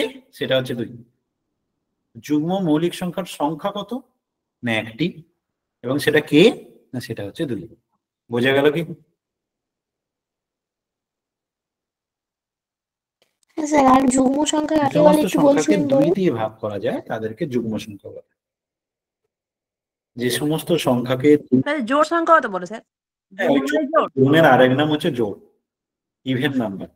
যুগ্ম বা ইভেন বা জোড়, যে সমস্ত সংখ্যাকে 2 দিয়ে ভাগ করা যায় তাদেরকে আমরা যুগ্ম সংখ্যা বা ইভেন নাম্বার বা জোড় সংখ্যা বলি। ঠিক আছে? হ্যাঁ স্যার। তাহলে ধনাত্মক যুগ্ম মৌলিক সংখ্যা কে? 2। 2। ধনাত্মক যুগ্ম মৌলিক সংখ্যা 2। বুঝে গেছে এই পর্যন্ত? কোনো ডাউট? তাহলে স্যার যুগ্ম মৌলিক সংখ্যা হচ্ছে 2, আর যদি বলে ছোট যুগ্ম মৌলিক সংখ্যা সবচেয়ে সেটা হলো 2 হবে, আর বড় বললেও 2 হবে, তাই তো? আর যদি বলে কটা সংখ্যা আছে? একটা। এবার কটা এরকম ডিরেক্ট জিজ্ঞাসা করে না, কোশ্চেনটাকে ঘুরে এরকম বলে যুগ্ম মৌলিক সংখ্যার সংখ্যা কত? যুগ্ম মৌলিক সংখ্যার সংখ্যা কত? ঠিক আছে, স্টুডেন্ট ভাবে যে এখানে হয়তো কোশ্চেনটা ভুল আছে, ওটা মনে হয় বলতে চাইছে যুগ্ম মৌলিক সংখ্যাটা কে, দিয়ে 2 আনসার করে দেয়। কিন্তু ওখানে কোশ্চেনটা এমনই, যুগ্ম মৌলিক সংখ্যার সংখ্যা কত, মানে বলতে চাইছে যে কটা যুগ্ম মৌলিক সংখ্যা আছে। বোঝা গেছে? যেটা আনসার হবে 1টি। আর এটার আনসার স্যার 2 হবে তো? কোনটা? এটার আনসার 2 হবে। এখানে যেটা আছে এটার আনসার 2 হবে। বোঝা গেছে? আচ্ছা স্যার, এটা লাস্ট বলো। স্যার বলছি ওই যে তখন যেটা পড়িয়েছিলেন না, ওই গুণের সাপেক্ষে যেটা হবে, 1-এর উল্টো কি হবে? 1-এর উল্টো তো 1ই হবে। 2-এর উল্টো হচ্ছে গুণের সাপেক্ষে হাফ হবে। হ্যাঁ, গুণের সাপেক্ষে 1-এর উল্টো বলিনি, আমি বলছি যে গুণের সাপেক্ষে দুটো সংখ্যার গুণফল যদি 1 হয় তখন একটাকে অন্যটার বিপরীত বলা হয়। ঠিক আছে? হ্যাঁ, তো যদি 2 হয় তাহলে তার বিপরীত তো হাফ হবে। হাফ হবে। আর 1-এর বিপরীত কি হবে? 1-এর বিপরীত 1ই হবে। একই তো হবে। হ্যাঁ, সেলফ ইনভার্স বলে। অনেকে সেলফ ডিপেন্ডেন্ট থাকে না, কারোর উপর ভরসা করে না, নিজেই সব করে। ঠিক আছে, সেলফ ইনভার্স, নিজেই নিজের ইনভার্স। যেমন সিঙ্গেল ছেলে, সিঙ্গেল মেয়ে, বিয়ে করে না, সংসার করছে না, তো হচ্ছে কি ও সংসার করছে কিন্তু নিজের সাথে নিজে বিয়ে করেছে, ব্যাপারটা ওরকম দাঁড়ায়। তো নিজেই নিজের ইনভার্স। বুঝেছো? হ্যাঁ, বুঝেছি। নিজেই নিজের ইনভার্স। তো যদি বলে গুণের সাপেক্ষে 1-এর বিপরীত সংখ্যা কে হবে, তাহলে গুণের সাপেক্ষে 1-এর বিপরীত সংখ্যা 1ই হবে। ওকে? আমি এটা একটু আর বুঝতে যোগের পারছি স্যার। বলো বলো। হ্যাঁ স্যার, এই কথাটা কোন প্রসঙ্গে এলো বুঝতে পারছি না। এটা তো আমি এটা লাস্ট প্রথম ক্লাসটা করনি তো এই জন্য বুঝতে পারবে না। প্রথম ক্লাসে এটা নিয়ে আমি আলোচনা করে দিয়েছি, ঠিক আছে? প্রথম ক্লাসে এটা নিয়ে আলোচনা করেছি, দুটো সংখ্যার যোগফল যদি শূন্য হয় একটা সংখ্যাকে আরেকটা সংখ্যার বিপরীত সংখ্যা বলা হয়। বিপরীত সংখ্যার ডেফিনেশন দিয়েছিলাম গুণের সাপেক্ষে আর যোগের সাপেক্ষে। এটা প্রথম ক্লাসে করানো হয়েছে, মানে এর আগের দিনের ক্লাসটা। ওটা একটু দেখবে, দিলে ক্লিয়ার হয়ে যাবে। ওকে, ঠিক আছে। সবসময় রেকর্ডিং ক্লাস দেখে পরের ক্লাসে জয়েন করবে। যদি কোনো কারণে ক্লাস মিস যায়, কোনো ক্লাস যদি মিস হয়, তাহলে প্রথম কাজ হচ্ছে 7 দিনের মধ্যে যে কোনো দিন সময় করে আগে পুরোনো ক্লাসটা দেখে নাও। যেমন এই কোশ্চেন 3টা আমি আগের দিন আলোচনা করেছিলাম, তাই দেখে নেবে। ওটা আর এখন আমি বলছি না, আমি চলে যাচ্ছি তারপরের কোশ্চেনটা। এটাও আমি আলোচনা করে দিয়েছিলাম লাস্ট ক্লাসে। এইখান থেকে আমি শুরু করছি। 5 নম্বর কোশ্চেন, কয়েকটা কোশ্চেন আজকে আলোচনা করব, তারপর পেডাগগি পার্টে যাব। 1 থেকে 50 পর্যন্ত জোড় সংখ্যাগুলোর সমষ্টি বের কর। এখানে কি বলছে? জোড় সংখ্যাগুলোর সমষ্টি। তোমাকে বলেনি যে 1 থেকে 50 পর্যন্ত সবাইকে যোগ করতে। দু রকমের জিনিস হয়। একটা হচ্ছে তোমাকে বললো 1 থেকে 50 পর্যন্ত সব সংখ্যাগুলো যোগ করো,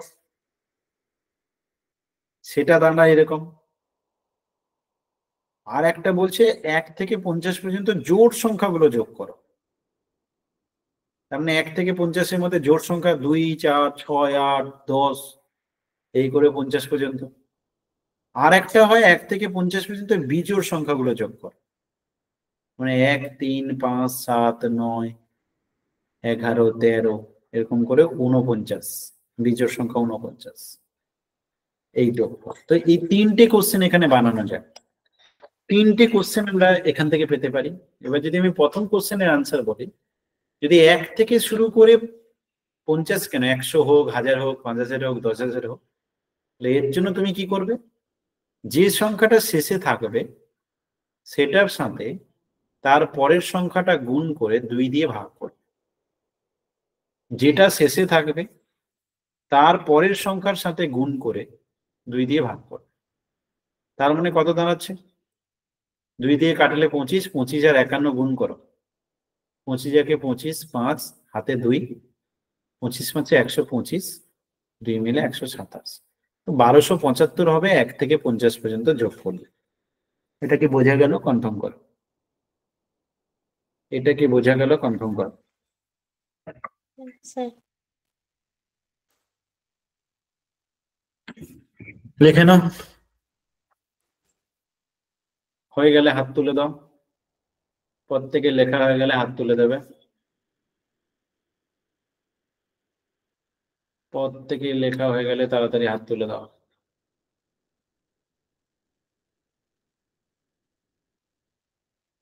দেখো স্ক্রিনের উপর একটা হাতের সাইন আছে, ওটা ক্লিক কর। এখনো অনেকেরই হাতের সাইন বাকি আছে।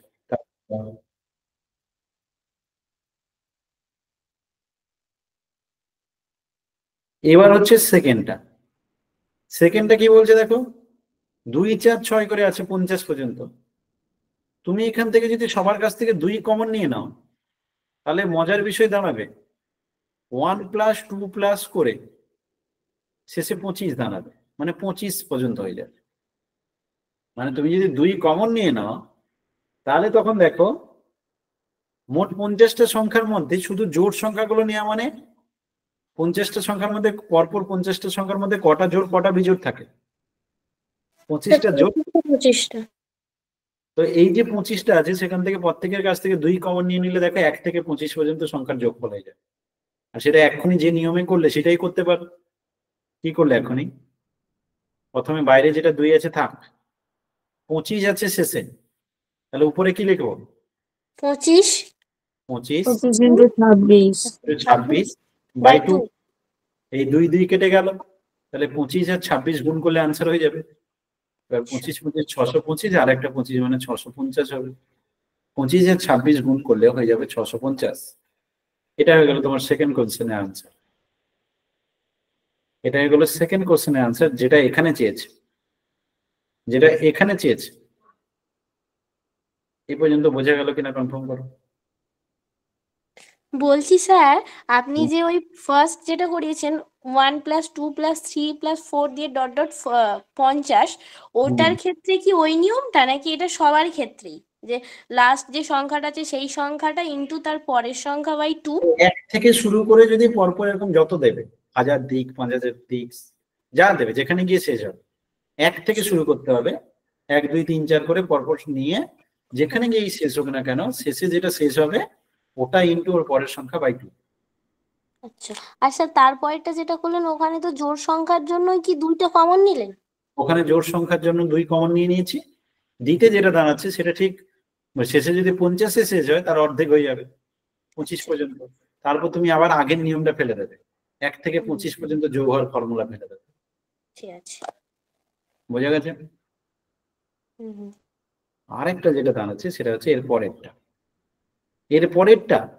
1 3 5 করে কত পর্যন্ত আছে? 49 পর্যন্ত। মোট কটা সংখ্যা এটা বলতে পারবে? মোট কটা সংখ্যা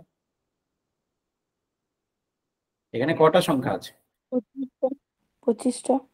25টা। তুমি এই 25টা যতগুলো সংখ্যা থাকবে তার স্কোয়ার করে দিলেই তোমার আনসার হয়ে যাবে। যতগুলো সংখ্যা থাকবে তার স্কোয়ার করে দিলেই আনসার হয়ে যাবে। তাহলে 25টা সংখ্যা আছে, তো 25 স্কোয়ার হবে তোমার আনসার, মানে 625। 625। আমি কি এটা বোঝাতে পারলাম? এবার জেনারেল ফর্মুলা দিয়ে দেবো। জেনারেল ফর্মুলা দিয়ে দেবো, খাতায় নোট করে নেবে। এটা বুঝেছো কিনা আগে কনফার্ম করো। হ্যাঁ স্যার বুঝেছি, কিন্তু স্যার 3টে অ্যান্সারই তো বেরোলো 3টের ক্ষেত্রে। হ্যাঁ, 3 রকমের আনসার, 3টে কোশ্চেন 3 রকমের। এখানে তো একটা কোশ্চেন দিয়েছিল, তো এখানে কিন্তু স্যার এক্ষেত্রে কোনটা নেব? এখানে তো কি চেয়েছিল দেখো, 1 থেকে 50 পর্যন্ত জোড় সংখ্যাগুলোর সমষ্টি, তো কোনটা হবে এখানটা? মিডিলেরটা। মিডিলেরটা হবে। ঠিক আছে। বোঝা গেছে প্রত্যেকের?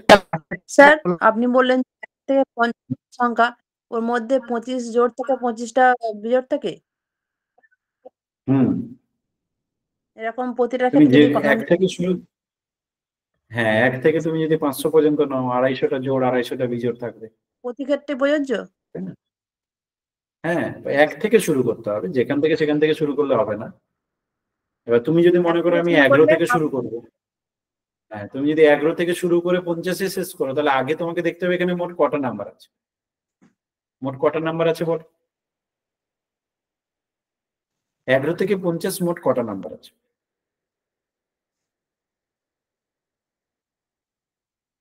কে বলবে?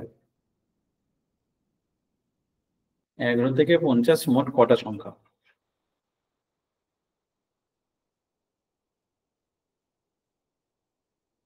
কটা সংখ্যা আছে? কটা? 39টা। না, 11 থেকে 50 মানে 11 কেও নিতে হবে 50 কেও নিতে হবে। হিসেব করার স্ট্র্যাটেজি হচ্ছে 40টা। এরকম, শেষের সংখ্যাটা মাইনাস প্রথম 40টা। সংখ্যাটা প্লাস 1, 40টা। হিসেব করার স্ট্র্যাটেজি এটা। যেমন 1 থেকে যদি 20 বলি, কটা সংখ্যা? তোমার হিসেবে এটা 19টা হয়, কারণ তুমি যখন 11 থেকে 50 বলছি, তুমি 50 মাইনাস 11 করে 39 বলছো। তাহলে তোমার হিসেবে 1 থেকে 20 বললে 19 হওয়া উচিত, কিন্তু তা নয়।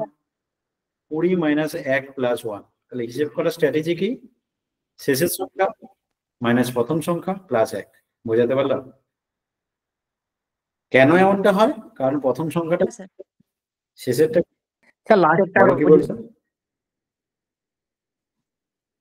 একবার বুঝলেন না, এর আগে যেটা করলেন। বুঝলাম না কি বলতে চাইছো। কোনটা কোনটা? এটা স্যার যে বিজয় দিয়ে করলেন জোর দিয়ে একটা স্যার, মানে এই ক্যালকুলেশনের কথা বলছো নাকি আগের যে ফর্মুলা? আগের যে ফর্মুলাটা সেটা বলছি, আমি আবার বলছি, ওয়েট করো, এটা আগে দেখে নাও। ওই ফর্মুলাগুলো লিখে দিচ্ছি আমি সব কটা।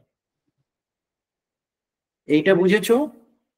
যে কোনো জায়গা থেকে যদি কাউন্ট করা হয়, তাহলে আমি শেষের সংখ্যা মাইনাস প্রথম সংখ্যা প্লাস 1 করবো। বোঝাতে পারলাম? শেষের সংখ্যা মাইনাস প্রথম হ্যাঁ সংখ্যা স্যার, প্লাস। কিন্তু স্যার বলো।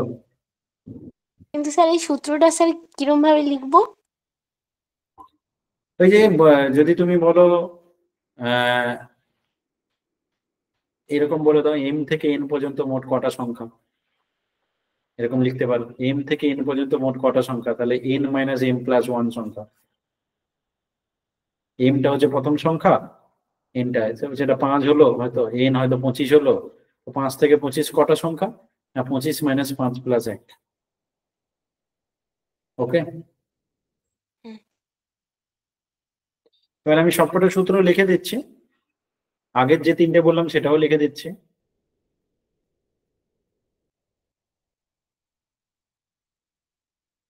One plus 2 plus 3 plus dot dot dot করে এন। এনটা হচ্ছে লাস্ট আর কি, এটা হচ্ছে লাস্ট সংখ্যাটাই ইনটু তার পরের সংখ্যা বাই 2। তারপর যেটা করলাম 2 plus 4 plus 6 plus 8 plus dot dot dot করে, কততে শেষ হবে জানি না, কিন্তু এইটা যদি মোট এন সংখ্যক থাকে, কতগুলো আছে সেটা ফ্যাক্ট করছে, কতগুলো আছে সেটা ফ্যাক্ট করছে, ঠিক আছে? যতগুলো থাকবে, এটা যতগুলো থাকবে তত ইন্টু তার পরের সংখ্যা, যতগুলো থাকবে। এটা যদি 25টা থাকে তাহলে 25 × 26 হবে, যদি 30টা থাকে 30 × 31 হবে, যতগুলো থাকবে তত ইন্টু তার পরের সংখ্যা। আর হচ্ছে 1 plus 3 plus 5 plus dot dot dot করে, এটাও যতগুলো থাকবে, বিজোড় সংখ্যাগুলো যতগুলো থাকবে তার বর্গ হবে, স্কোয়ার। যতগুলো থাকবে তার বর্গ হবে। এটাই হচ্ছে নাম্বারের খেলা, এটা হচ্ছে নাম্বারের খেলা।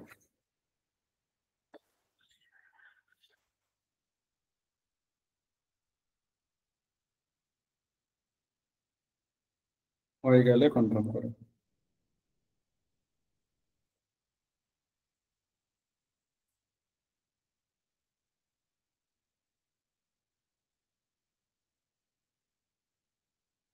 হয়ে গেলে তাড়াতাড়ি হাতে সেম ব্যবহার করে কনফার্ম করো।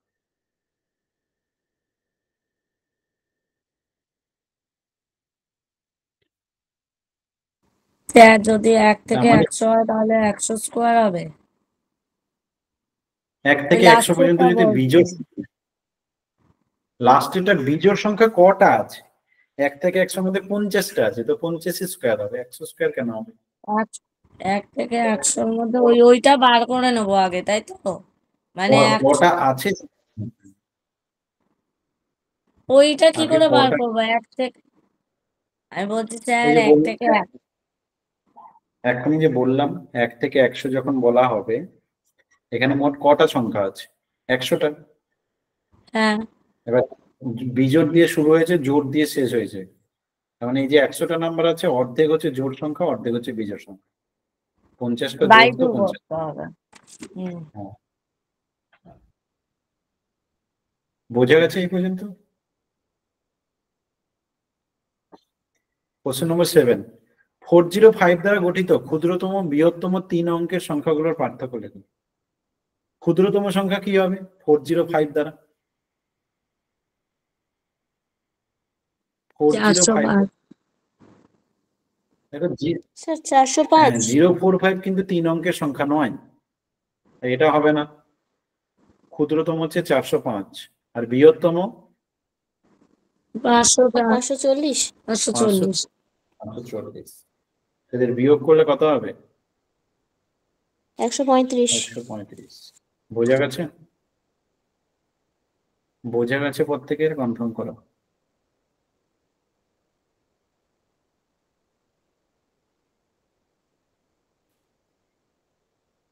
ও স্যার, ওই সূত্রটা আরেকবার বলুন স্যার। ওই এন আর এম এ যেটা বলেছিলেন না, মানে এন মাইনাস প্লাস 1। মাথায় রাখবে শেষের সংখ্যা মাইনাস প্রথম সংখ্যা প্লাস 1, এরকম ভাবে লিখে রাখবে। কাউন্টিং করার হিসাব, গণনা করার হিসাব হচ্ছে শেষের সংখ্যা মাইনাস প্রথম সংখ্যা প্লাস 1। প্লাস 1? হ্যাঁ স্যার ওটা বললেন 1 থেকে 100 পর্যন্ত হলে 50টা জোড় থাকে, 50টা বিজোড় থাকে। আর যদি 1 থেকে 200 পর্যন্ত হয় তাহলে কি হবে? 100টা জোড় 100টা বিজোড় দিয়ে 100 স্কোয়ার 100 স্কোয়ার 100 স্কোয়ার, তাই তো? একটা হবে 100 স্কোয়ার আনসার, আর একটা হবে 100 × 101। 540। জোড়েরটা আনসার হবে 100 × 101, বিজোড়েরটা আনসার হবে 100 স্কোয়ার। বোঝা গেছে? হ্যাঁ স্যার। বেশ, আচ্ছা এবারে এইগুলো আমরা পরে শিখবো। আর একটা জিনিস দেখবো, সেটা হচ্ছে এখানে এই যে এই কোশ্চেনটা, যেমন দুটো মূলদ সংখ্যার মধ্যে কতগুলো মূলদ সংখ্যা থাকে। আমরা লাস্ট ক্লাসে, এর আগের দিনের ক্লাসে পড়েছিলাম, যে কোনো দুটো মূলদ সংখ্যা নিলে তার মধ্যে পুরো সংখ্যাগুলো একদম গায়ে গায়ে ঘেসে ঘেসে থাকে। তো মানে দুটো মূলদ সংখ্যা যেমন হচ্ছে ধরো 2, 3 নিলাম, এগুলো মূলদ সংখ্যা, পি বাই কিউ আকারে লেখা যায়। কারণ 2 কে আমি 4/2 লিখতে পারি, 3 কে আমি 6/2 লিখতে পারি, তো এগুলো কিন্তু মূলদ সংখ্যা। তো যে কোনো দুটো মূলদ সংখ্যার মধ্যে কতগুলো মূলদ সংখ্যা আছে? একটাই আনসার, অসংখ্য মূলদ সংখ্যা আছে, প্রচুর মূলদ সংখ্যা আছে। তুমি দুটোকে যোগ করে 2 দিয়ে ভাগ করবে, আবার যোগ করে 2 দিয়ে ভাগ করবে, এবং গাদা গাদা পাবে। তো দুটো মূলদ সংখ্যার মধ্যে অসংখ্য মূলদ সংখ্যা থাকে। আবার যদি বলা হয় অসংখ্য অমূলদ সংখ্যাও আছে। দুটো মূলদ সংখ্যা, কারণ এই যে √2 মান আমরা আগের দিন ক্যালকুলেশন করে দেখেছিলাম, √2 মান 1.41 এরকম ডট ডট ডট করে চলে। তো এই স্কেল টেনে আগের দিন দেখেছিলাম যে 1 আর 2 এর মধ্যে এই যে জায়গাগুলো, এগুলো পুরোটাই নাম্বারে ভর্তি, মূলত অমূলত একদম প্রচুর সংখ্যা থাকে। তাই যে কোনো দুটো অমূলদ সংখ্যার মধ্যে অসংখ্য অমূলদ সংখ্যা থাকে, অসংখ্য মূলদ সংখ্যা থাকে। যে কোনো দুটো মূলদ সংখ্যার মধ্যে অসংখ্য মূলদ সংখ্যা থাকে, অসংখ্য অমূলদ সংখ্যা থাকে।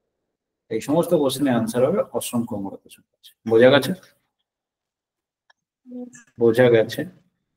যদি বলে দুটি মূলদ সংখ্যার মধ্যে অসংখ্য মূলদ অমূলদ দুটো থাকে, তখন ওইটা ওই অপশন কিনতে হবে তো স্যার? বলা যায় অসংখ্য, যদি বলে দুটো দুটোই হবে মূলদ অসংখ্য। সংখ্যার মধ্যে এই যে একটা কোশ্চেন বলছে দুটো বাস্তব সংখ্যার মধ্যে কি থাকে।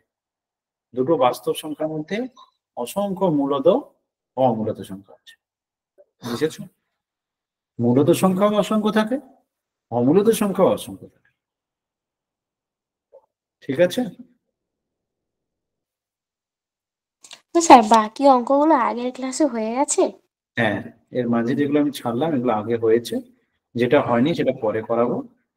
তো এই গেল, এই পর্যন্ত আপাতত আমি আলোচনা করলাম। আরো অনেক কথা আছে, এগুলো পড়বে, আগের দিনে ক্লাসটা ভালো করে দেখে নেবে, দিয়ে এই কোশ্চেন গুলো, যতগুলো নাম্বার সিস্টেমের উপর কোশ্চেন গুলো আছে সেগুলো তুমি চেষ্টা করবে, যেমন 13, 14 এগুলো চেষ্টা করবে। এগুলো চেষ্টা করলে বাড়িতে পারবে।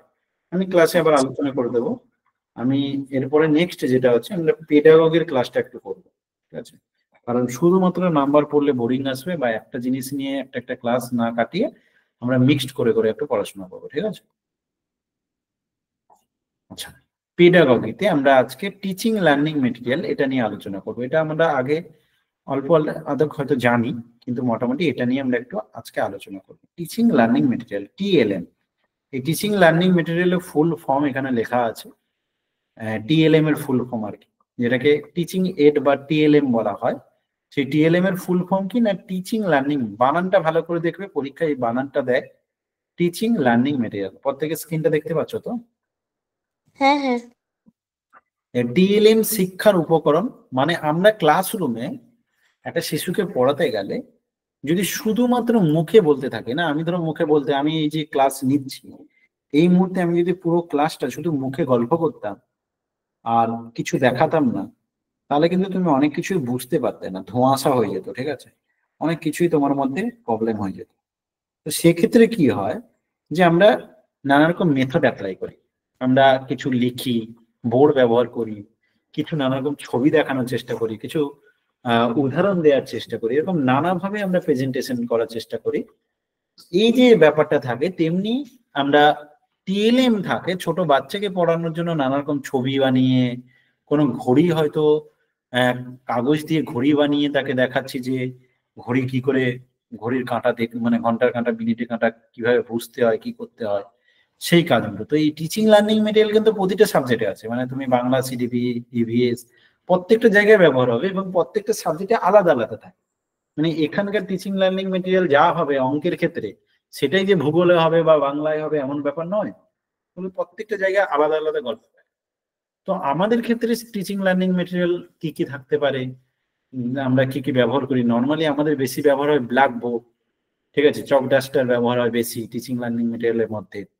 তো যে সমস্ত উপাদান সামগ্রী পাঠদানকালে ব্যবহার করে শিক্ষার্থীর পাঠে অধিকতর আগ্রহী করানো যায়, তার পর্যবেক্ষণ ক্ষমতা ও যুক্তিবোধ বাড়ানো যায়, শিক্ষণীয় বিষয়টিকে অনেকাংশে জানানো যায়, মানে একদম সোজাভাবে প্রেজেন্ট করা যায় আর কি। একটা হচ্ছে দু রকমের ধারণা হয়, একটা হচ্ছে মূর্ত ধারণা আর একটা হচ্ছে বিমূর্ত ধারণা। এই মূর্ত ধারণা আর বিমূর্ত ধারণা কনসেপ্টটা কি? বিমূর্ত ধারণা মানে একটা এমন কথা বলে দিলাম যে কথাটার সাথে তুমি অতটা পরিচিত না। যেমন আমি তোমাকে বললাম, জানো দুটো বিজোড় সংখ্যার যোগফল জোড় সংখ্যা হয়। তুমি প্রথমে আমার কথাটা বিশ্বাস করবে না। দুটো বিজোড় সংখ্যার যোগফল জোড় সংখ্যা হয়। বা আমি তোমাকে বললাম, জানো 1 + 2 + 3 + ডট ডট ডট করে n করলে n × n + 1/2 হয়। তুমি প্রথমে আমার কথাটা বিশ্বাস করবে না, স্যার কি বলছেন, এটা কি, এটা তো ঠিক বুঝলাম না। এটাকে বলে বিমূর্ত ধারণা। এবার ছোট বাচ্চাকে কখনো আমরা এরকম ভাবে ডিরেক্ট প্রথমে ফর্মুলা দিয়ে দেই না। যখন ক্লাস 7-8 বাচ্চা ওঠে তখন তাদেরকে আমরা a + b² মানে a² + 2ab + b² এরকম ফর্মুলা শেখাই।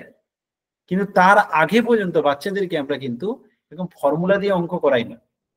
তাদেরকে সবসময় চেষ্টা করি উদাহরণ দিয়ে দিয়ে বুঝিয়ে বুঝিয়ে। মানে এই যে জিনিসটা, এটা আমি বাচ্চাকে কখনো ডিরেক্ট দেবো না। বাচ্চাকে আমি প্রথমে কি বলবো, যে বাবু তুমি কাজ করো, 1 + 2 + 3 যোগ করো তো। দিয়ে ও যোগ করলো, বলছে স্যার 6 হচ্ছে। আমি বললাম কাজ করো, তোমাকে আমি একটা জিনিস বলছি, তুমি যেটা শেষ করেছো সেটা নাও, তার পরের সংখ্যাটা নাও, দিয়ে 2 দিয়ে ভাগ করো, দিয়ে ক্যালকুলেশন করে কত দেখো তো। বলছে স্যার সেদিক দিয়েও 6 হচ্ছে।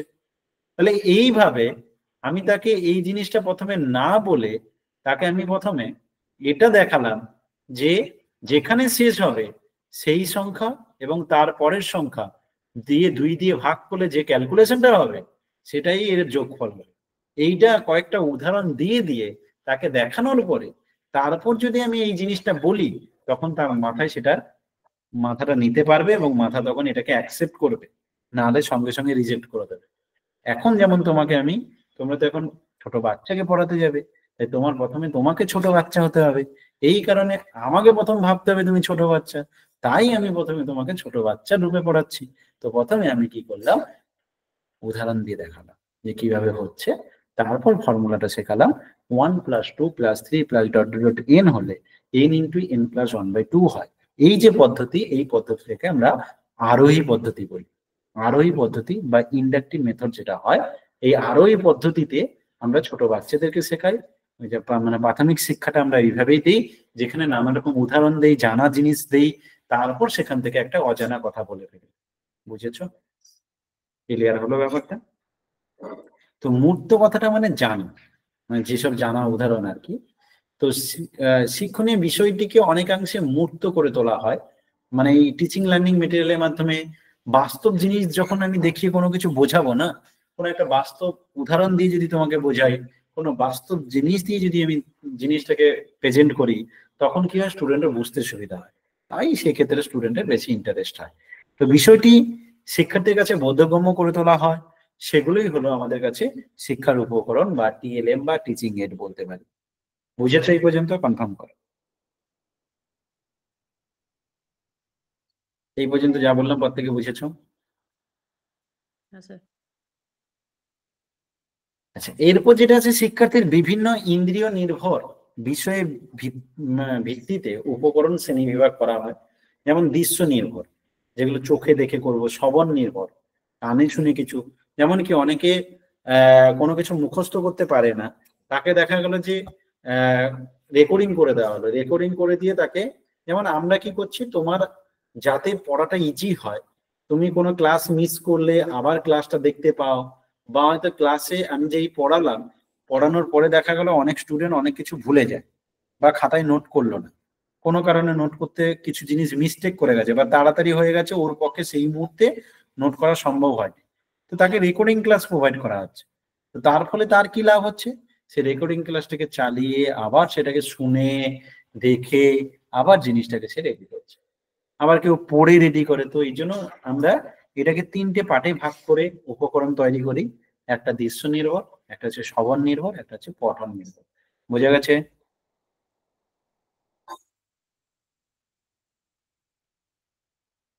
আর এই বর্তমান সমাজে আমাদের পঠন নির্ভর ব্যাপারটা, মানে ওই তোমার দেখা আর শোনা, এই জিনিসটা স্টুডেন্ট করতে চায় না, শুনবে শুধু গান, দেখবে শুধু সিনেমা, কিন্তু পড়াশোনার ব্যাপার বললে অন্য কিছু করবে।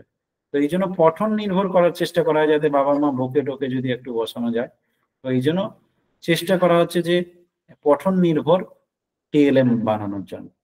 তো বর্তমান শিক্ষা ব্যবস্থায় পঠন পাঠনের উপকরণের ব্যবহার একান্তই প্রয়োজনীয় হয়ে পড়েছে। এবার এর কি উদ্দেশ্য আছে, টিএলএম এর কি উদ্দেশ্য? বুঝতেই পারছো টিএলএম এর কি উদ্দেশ্য। এক হচ্ছে এই সমস্ত উপকরণ ব্যবহার করলে কি হবে, পড়াশোনায় আগ্রহ বাড়বে, অঙ্ক করতে ইচ্ছা হবে, তো সেটা খুব দরকার। তো এই পাঠ একক পাঠের পর নিম্নলিখিত বিষয় আমরা এখানে মানে আমাদের যে এই টিএলএমটা, এখানে আমরা যা যা জিনিস পড়বো আর কি, সেই আর্টিকেল গুলো এখানে দিয়েছে। বলছে গণিত শিক্ষার উপকরণের প্রয়োজনীয়তা জানবো এখানে, আর শিক্ষার উপকরণ নির্বাচনের নীতি জানবো, উপকরণ ব্যবহারের সতর্কতা। মানে আমরা এখানে কি কি পড়বো সেটা এখানে জানিয়েছে আর কি। মানে 3টে আর্টিকেল দিয়েছে, তার মধ্যে প্রথম আর্টিকেল যেটা আমি বলতে চাইছি, গণিত শিক্ষায় উপকরণের প্রয়োজনীয়তা, যেটা নিয়ে মেন আলোচনা। এটা প্রয়োজনীয়তা কেন, মানে অঙ্কে আমরা কেন টিএলএম ব্যবহার করবো, এটা হচ্ছে সোজা কথা। যে অঙ্ক পড়তে গেলে আমরা সেখানে টিএলএমটা কেন ব্যবহার করবো, টিএলএম আমাদের কি কাজে দেবে। গণিত প্রধানত আমরা জানি এটা হচ্ছে অ্যাবস্ট্রাক্ট কনসেপ্ট। অ্যাবস্ট্রাক্ট কনসেপ্ট মানে বাংলায় যেটা বলে বিমূর্ত ধারণা, বিমূর্ত বিষয়। গণিত মূলত বিমূর্ত বিষয়, মানে অনেক কিছুই অজানা থাকে, সেটাকে ধীরে ধীরে জানতে। এই জন্য অনেক সাবজেক্ট আছে যেটা নিজে পড়া যায়।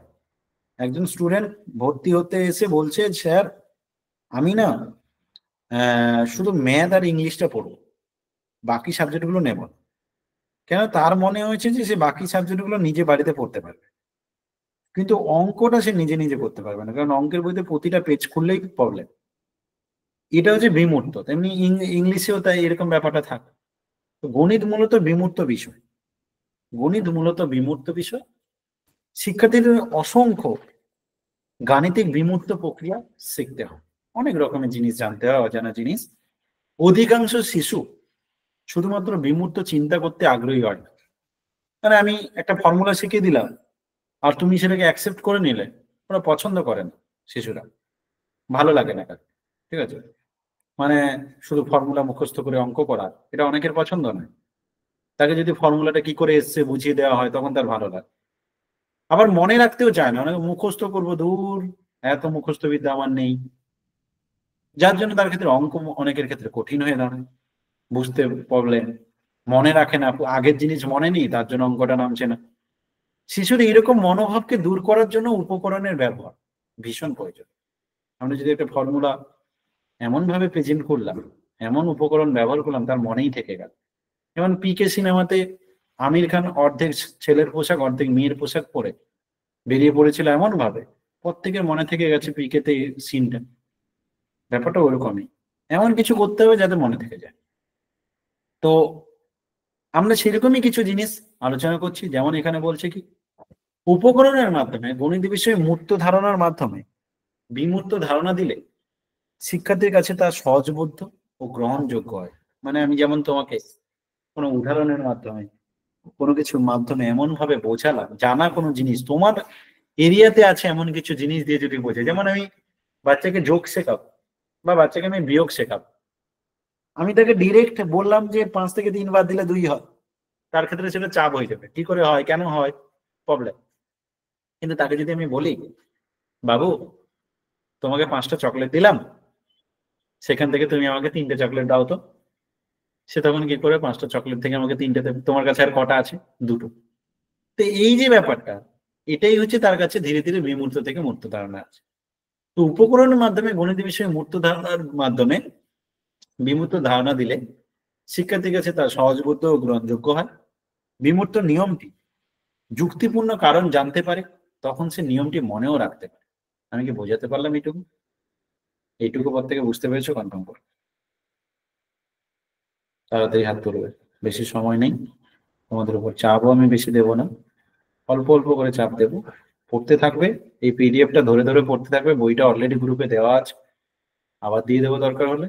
সমস্ত স্টাডি মেটেরিয়াল আরেকবার গ্রুপে, স্টাডি মেটেরিয়াল গ্রুপে দিয়ে দেওয়া হবে। 2 নম্বর, প্রাথমিক স্তরে গাণিতিক বিষয়গুলো অধিকাংশই ব্যক্তির দৈনন্দিন জীবনে কাজে লাগে। মানে আমরা যে অঙ্কের বই খুললেই দেখবে সব বলেছে রামের বাবা অমুক করেছে, তার বাবা বাজারে গিয়ে এত টাকার এই কিনেছে, সে গাছে বসেছিল, ও গাছ থেকে 5টা আম ভেঙেছে, সবকিছু বাস্তবের উপর। কেন দিয়েছে? যাতে তুমি গল্পের ছলে জিনিসটা নিতে পারো। তো প্রাথমিক স্তরের গাণিতিক বিষয়গুলো অধিকাংশই ব্যক্তির দৈনন্দিন জীবনে কাজে লাগে। তাই উপকরণের মাধ্যমে পাঠ দিলে গাণিতিক বিষয় ও ব্যবহারিক ক্ষেত্রে সংযোগ রক্ষিত হয়, ফলে গণিতের বিষয় জ্ঞান ব্যবহারিক জীবনে কাজে লাগাতে পারে। আমি যদি বাস্তব জীবনকে অ্যাপ্লাই করে অঙ্ক করাই তাহলে কি হবে, তোমার বাস্তব জীবনেও কাজে লাগবে এবং সেটা তোমার কাছে ইজি। শিখনে একাধিক ইন্দ্রিয়ের ব্যবহার করে, শিখনের সময় যদি একাধিক ইন্দ্রিয় ব্যবহার করা যায় তখন শিখন সুস্পষ্ট ও দীর্ঘস্থায়ী হয়। কথাটার মানে এই যে আমি তোমার কাছে এখন স্ক্রিনটা শেয়ার করেছি, তোমার আমি 3টে জায়গায় কাজে লাগাচ্ছি। এক, তোমাকে বলছি বাবু দেখো স্ক্রিনে কি দিচ্ছি আমি। 2 নম্বর বলছি বাবু কানে শোনো, যে কোনো মুহূর্তে আমি তোমাকে কোশ্চেন করব। 3 নম্বর বলছি তুমি কিছু লেখো, এটা লেখো, এটা পয়েন্ট করো। তাহলে আমি তোমাকে আপাতত 3টে জায়গায় কাজে লাগাচ্ছি। এরকম যত বেশি তোমার ইন্দ্রিয়কে আমি এখানে ব্যবহার করব তত তোমার বেশি মনে থাকবে এবং সুস্পষ্ট ধারণা হবে। তোমাকে যদি আরো প্র্যাকটিক্যাল করতে আরো কিছু আমি দিতে পাই তাহলে সেখানে আরো কাজে দেবে। ঠিক আছে, এখানে নাক গলাতে পারবে না, অন্যের ঝগড়াতে অন্যের ফ্যামিলিতে নাক গলাতে পারো, এখানে হয়তো নাক গলাতে পারো না, মাঝে মাঝে তাও কিছু জন থাকবে স্যার এটা এরকম কেন হলো, এটা কেন হলো না। নাক গলানো ভালো, সেটা ওই এখানে যদি গলাতে পারো, মানে যত বেশি তুমি তোমার ইন্দ্রিয়কে গলাতে পারবে না এখানে তত বেশি ভালো মনে থাকবে। এটাই হচ্ছে নিয়ম। এখানে নাক গলানো ভালো। ঠিক আছে, শুধু পাড়া প্রতিবেশীর ঝগড়াতে নাক গলাবে না, নাক কেটে নেবে, সুর্পনখা বানিয়ে দেবে। ঠিক আছে, শিখনে একাধিক ইন্দ্রিয়ের ব্যবহার হলে শিখন সুস্পষ্ট ও দীর্ঘস্থায়ী হয়। উপকরণ ব্যবহারে একাধিক ইন্দ্রিয় কার্যকারী করতে পারে। তাই গণিত শিখনে উপকরণ ব্যবহার হলে শিক্ষার্থীর শিখন স্পষ্ট হয়। আমি কি এইটুকু ক্লিয়ার করতে পারলাম? এইটুকু ক্লিয়ার করতে পারলাম? হ্যাঁ স্যার। 4 নম্বর পয়েন্ট কি বলছে? উপকরণের মাধ্যমে গণিত শিক্ষা দিলে শিক্ষার্থীর পর্যবেক্ষণ ক্ষমতা, বিশ্লেষণ ক্ষমতা সহজে বাড়ানো যায়। আমি যদি কোনো টিএলএম ব্যবহার করে শিক্ষা দিই তাহলে সে সেটাকে দেখছে, পর্যবেক্ষণ ক্ষমতা, বিশ্লেষণ ক্ষমতা, সেটাকে নিয়ে নানা রকম ভাবে বলছে স্যার এটা কি, এটা কি হয়, খায় না আমাকে, এরকম যেমন ছোট বাচ্চাগুলো করে আর কি। ঠিক আছে, রাস্তাতে যাবে, বাবা মাকে বারবার বলবে এটা কি, এটা কি কাজে লাগে, এটা কি করে, এ করে। অনেক বাবা মা জানে না, বাচ্চাকে চুপচাপ করে মানে থামিয়ে দেয়, সেক্ষেত্রে বাচ্চা ধীরে ধীরে ধীরে ধীরে কোশ্চেন করা ভুলে যায়। আর অনেক বাবা মা কি করে, না জানলে ইউটিউব দেখে, ফেসবুক দেখে, কিন্তু যেদিক দিয়ে হোক জেনে, গুগল দেখে, জেনে বলাটা উচিত, কারণ বাচ্চার এই ক্ষমতাটাকে হারিয়ে দেওয়া উচিত নয়। প্রথমে ছোট অবস্থায় সবারই এই জিনিসটা থাকে, সবকিছু জানার ইচ্ছে থাকে, কিন্তু সেটাকে অনেক বাবা মা চাপিয়ে নষ্ট করে দেয়। তো উপকরণের সাহায্যে গাণিতিক জটিল ধারণাকে সহজ গম্য করে তোলা যায়।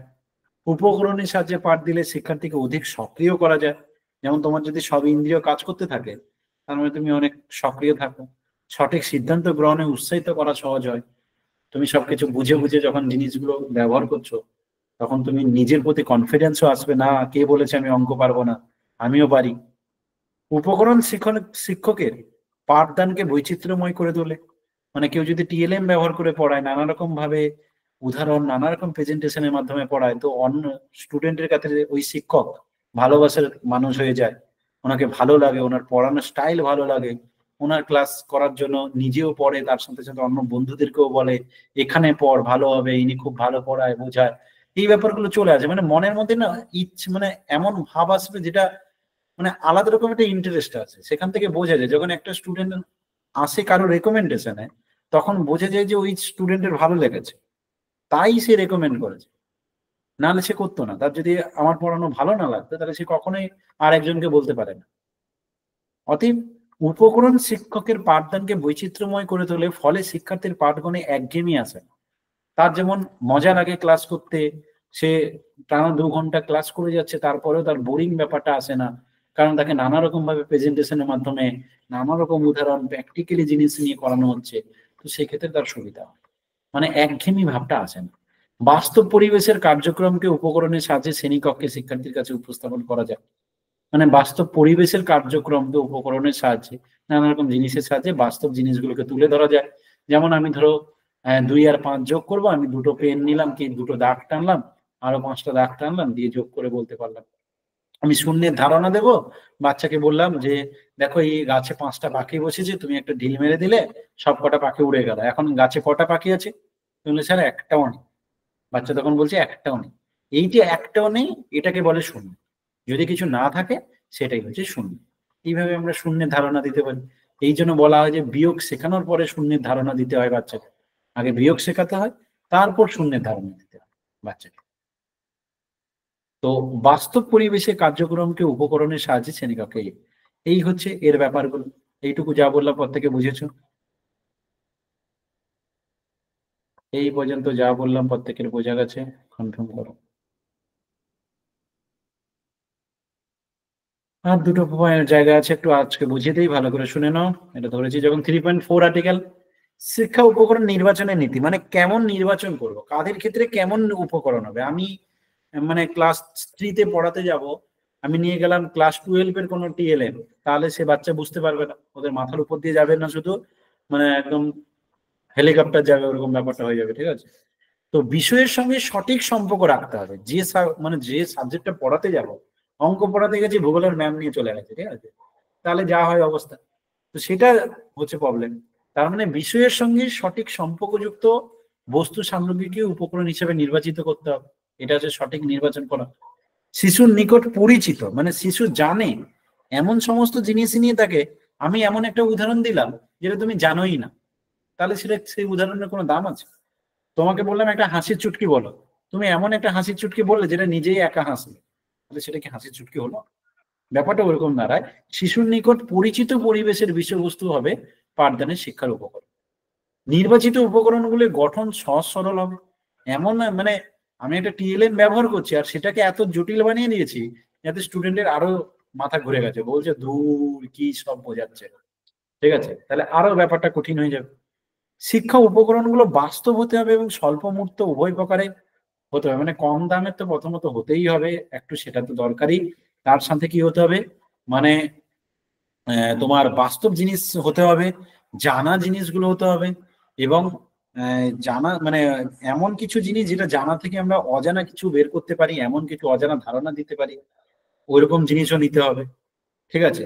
আর কি, পর্যবেক্ষণকালে সংগৃহীত বস্তুকে শিক্ষা উপকরণ হিসেবে গ্রহণ করতে হবে। মানে আমরা যদি কোনো একটা কাজ করতে যাই, কোনো অঙ্ক করতে যাই, সেই অঙ্ক করতে গিয়ে সেখানে যা যা শিখছি তার উপর বেস করে পরের দিন আমার মনে হলো যে আমি এদেরকে তো এটা পড়াচ্ছি, তো আমি পরের দিন এইটা পড়াতে গেলে এরকম একটা দুটো ত্রিভুজ এঁকে দেখাবো বা দুটো করবো। তো আমার আজকে পড়াতে গিয়ে আমি শিখলাম যে পরের দিন পড়াতে গেলে আমাকে এই জিনিসটা লাগবে, তখন আমি সেরকম টিএলএম নিয়ে আসবো। তার মানে পর্যবেক্ষণকালে সংগৃহীত বস্তুকে ও শিক্ষার উপকরণ হিসেবে গ্রহণ করতে হবে, এতে শিক্ষার্থীর উৎসাহ বেশি থাকে। সৃজনাত্মক এবং উৎপাদনাত্মক কাজে শিশুদের তৈরি জিনিসগুলোকে উপকরণ হিসেবে গ্রহণ করে ভালো ফল পাওয়া যায়। মানে নানা রকম, অনেকে নানা রকম ক্রিয়েটিভিটি থাকে, যেমন অনেকে নৌকা বানায়, কেউ হয়তো দেখা গেল যে ঘর বানিয়েছে, তো একটা ঘর বানিয়ে নিয়েছে, সেই ঘর থেকে আমি একটা অঙ্কের কোনো উদাহরণ দিয়ে তাকে বললাম। তো এরকম জিনিসগুলো মানে ক্রিয়েটিভিটি যেটা এক্সট্রা থাকে বাচ্চাদের, সেগুলোকে দিয়েও যদি আমি উপকরণ হিসেবে ব্যবহার করে কোনো কিছু করি, যেমন একটা শিশুকে আমি ঘড়ি বানিয়ে নিয়ে আসতে বললাম কাগজ কেটে, তো সে বানিয়ে নিয়ে এলো, আমি সেটা দিয়েই তাকে ঘড়ি দেখা শেখালাম, যথেষ্ট ভালো। আমি কি এই পর্যন্ত যা বোঝালাম ক্লিয়ার হয়েছে? প্রত্যেক কনফার্ম করুন। টিএলএম এর মধ্যে ব্ল্যাকবোর্ড আছে, চার্ট আছে, মডেল আছে, এগুলো সব টিএলএম এর মধ্যে পড়ে। পকেট বোর্ড আছে, ছোটখাটো বোর্ড থাকে অনেক। আর একটা লাস্ট আর্টিকেল আমরা আজকে পড়বো, সেটা হচ্ছে 3.5 আর্টিকেল, উপকরণ ব্যবহারের সতর্কতা। এই টিএলএম ব্যবহার করাতে আমরা কি কি সতর্ক থাকবো, কি কি জিনিস আমাদের খেয়াল রাখতে হবে। একই বিষয়ের উপর একসঙ্গে অনেক উপকরণ ব্যবহার করা উচিত নয়। মানে আমি একটা কোনো জিনিস শেখাবো, সেখানে 5টা টিএলএম ব্যবহার করলাম, তাতে শিশুর মাথা আরো ঘুরে যাবে, চাপ হয়ে যাবে। তাহলে একটা কোনো জিনিস শেখানোর জন্য একটা উপকরণই যথেষ্ট, তো অতিরিক্ত আমি ব্যবহার করব না। উপকরণগুলি শিক্ষার্থীদের বয়স, মানসিক ক্ষমতা অনুযায়ী হতে হবে। মানে তার বয়স কত, সে সেটা নিতে পারবে কিনা, সে সেটাকে চেনে কিনা, ওরকম জিনিস উপকরণ হিসেবে ব্যবহার করবে। যতদূর সম্ভব তার অভিজ্ঞতার ক্ষেত্র থেকে উপকরণ নির্বাচিত হওয়া দরকার, মানে যেটা বললাম আর কি, তার চেনা পরিচিত থেকে হতে হবে। উপকরণ কেবল সহায়ক হিসাবে সাহায্য করে, মানে এটা জাস্ট তাকে হেল্প করবে একটা অঙ্ক করতে গেলে কি কি লাগে। যেমন একটা স্টুডেন্ট যোগ করতে বারবার ভুল করছে, তাকে আমি 15+2 করতে বলেছি কি 15+17 করতে বলেছি, সে ভুল করছে, তাহলে তাকে আমি কোনো উপকরণ ব্যবহার করে বা বোর্ডে দাগ টেনে তাকে যোগ করা শেখাতে চাইলাম, তাহলে সেক্ষেত্রে সুবিধা হবে। তাহলে সহায়ক হিসেবে সাহায্য করে শুধু, কিন্তু তার মানে এই নয় যে উপকরণ পাওয়া মানে স্টুডেন্ট সব শিখে গেছে, স্টুডেন্ট সব জানতে হয়ে যাবে, ওরকম ব্যাপারটা নয়। তাকে ব্যবহার করাটাও যথেষ্ট শিখতে হবে। প্রথম ও দ্বিতীয় শ্রেণীর তুলনায় তৃতীয় শ্রেণীর থেকে উপকরণ ব্যবহার স্বাভাবিকভাবে কমে আসবে, মানে প্রথম ও দ্বিতীয় শ্রেণীর তুলনায় তৃতীয় শ্রেণী থেকে উপকরণের ব্যবহার স্বাভাবিক, ধীরে ধীরে উপকরণ টিএলএম ব্যবহার কমে যায়। ছোট বাচ্চাদেরকে বেশি ছবি টবি দিয়ে নানা রকম কাঠ কাগজ বলো অমুক বলো নানা রকম ছবির মাধ্যমে বোঝানো হয়, বা কাউকে বলা হয় 5টা পেন বানিয়ে নিয়ে আসবি, 5টা নৌকা বানিয়ে নিয়ে আসবি, 2টো অমুক বানিয়ে নিয়ে আসবি, তাদেরকে যোগ করা বিয়োগ করা সেগুলো ওই উপকরণ দিয়ে করানো হয়। বাচ্চাদের ক্ষেত্রে এগুলো ইন্টারেস্ট হয়। ধীরে ধীরে এই উপকরণ ব্যবহার অনেকে কমে যায়, কিন্তু উপকরণ থাকে, কিন্তু স্বাভাবিকভাবে কমে আসবে, কিন্তু তার মানে এই নয় যে পুরো কমে যাবে। যত বেশি উপকরণ ব্যবহার করবে তত ভালো। বুঝতে পারলাম? হ্যাঁ স্যার। এখানে দু একটা জিনিস আছে, কিছু উপকরণের তালিকা আছে, তোমরা পেজ নাম্বারটা লিখে নাও। পেজ নাম্বারটা বলে দিচ্ছি 25, ওই 21, 22, 23, 24, 25, 26 এরকম জায়গা আছে, এগুলো একটু রিডিং করবে। টিএলএম এর তালিকা দেওয়া আছে এখানে, কিছু গণিতে কি কি ব্যবহার হয় এরকম অনেক টিএলএম দেওয়া আছে যেগুলো তুলে কোশ্চেন আসতে পারে। তো এই বইতে একদম পরপর পরপর সাজানো আছে কি দিয়ে কি কাজে লাগে, কোন শ্রেণীতে কাজে লাগে। তো এগুলো একটু বাড়িতে ভালো করে রিডিং করবে। তো তোমাদের পড়া থাকবে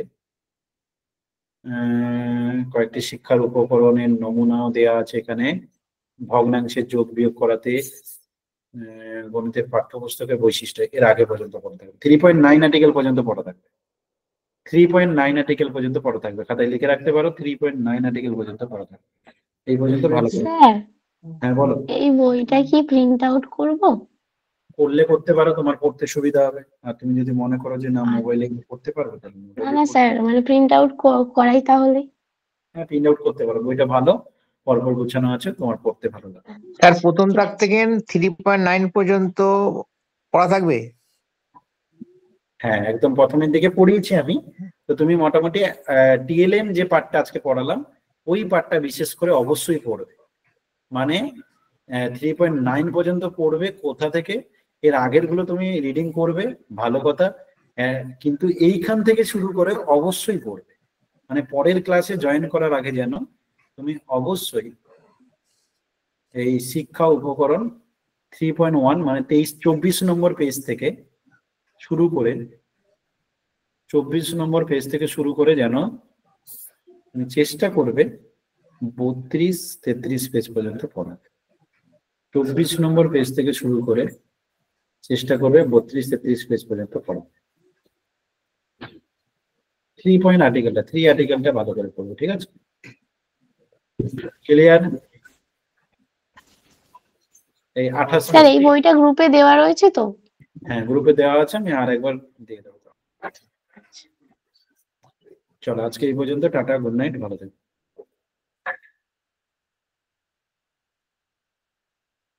স্যার বলো। স্যার আমার একটা ওই যে পড়ালেন না পি মৌলিক সংখ্যা, ওইখানে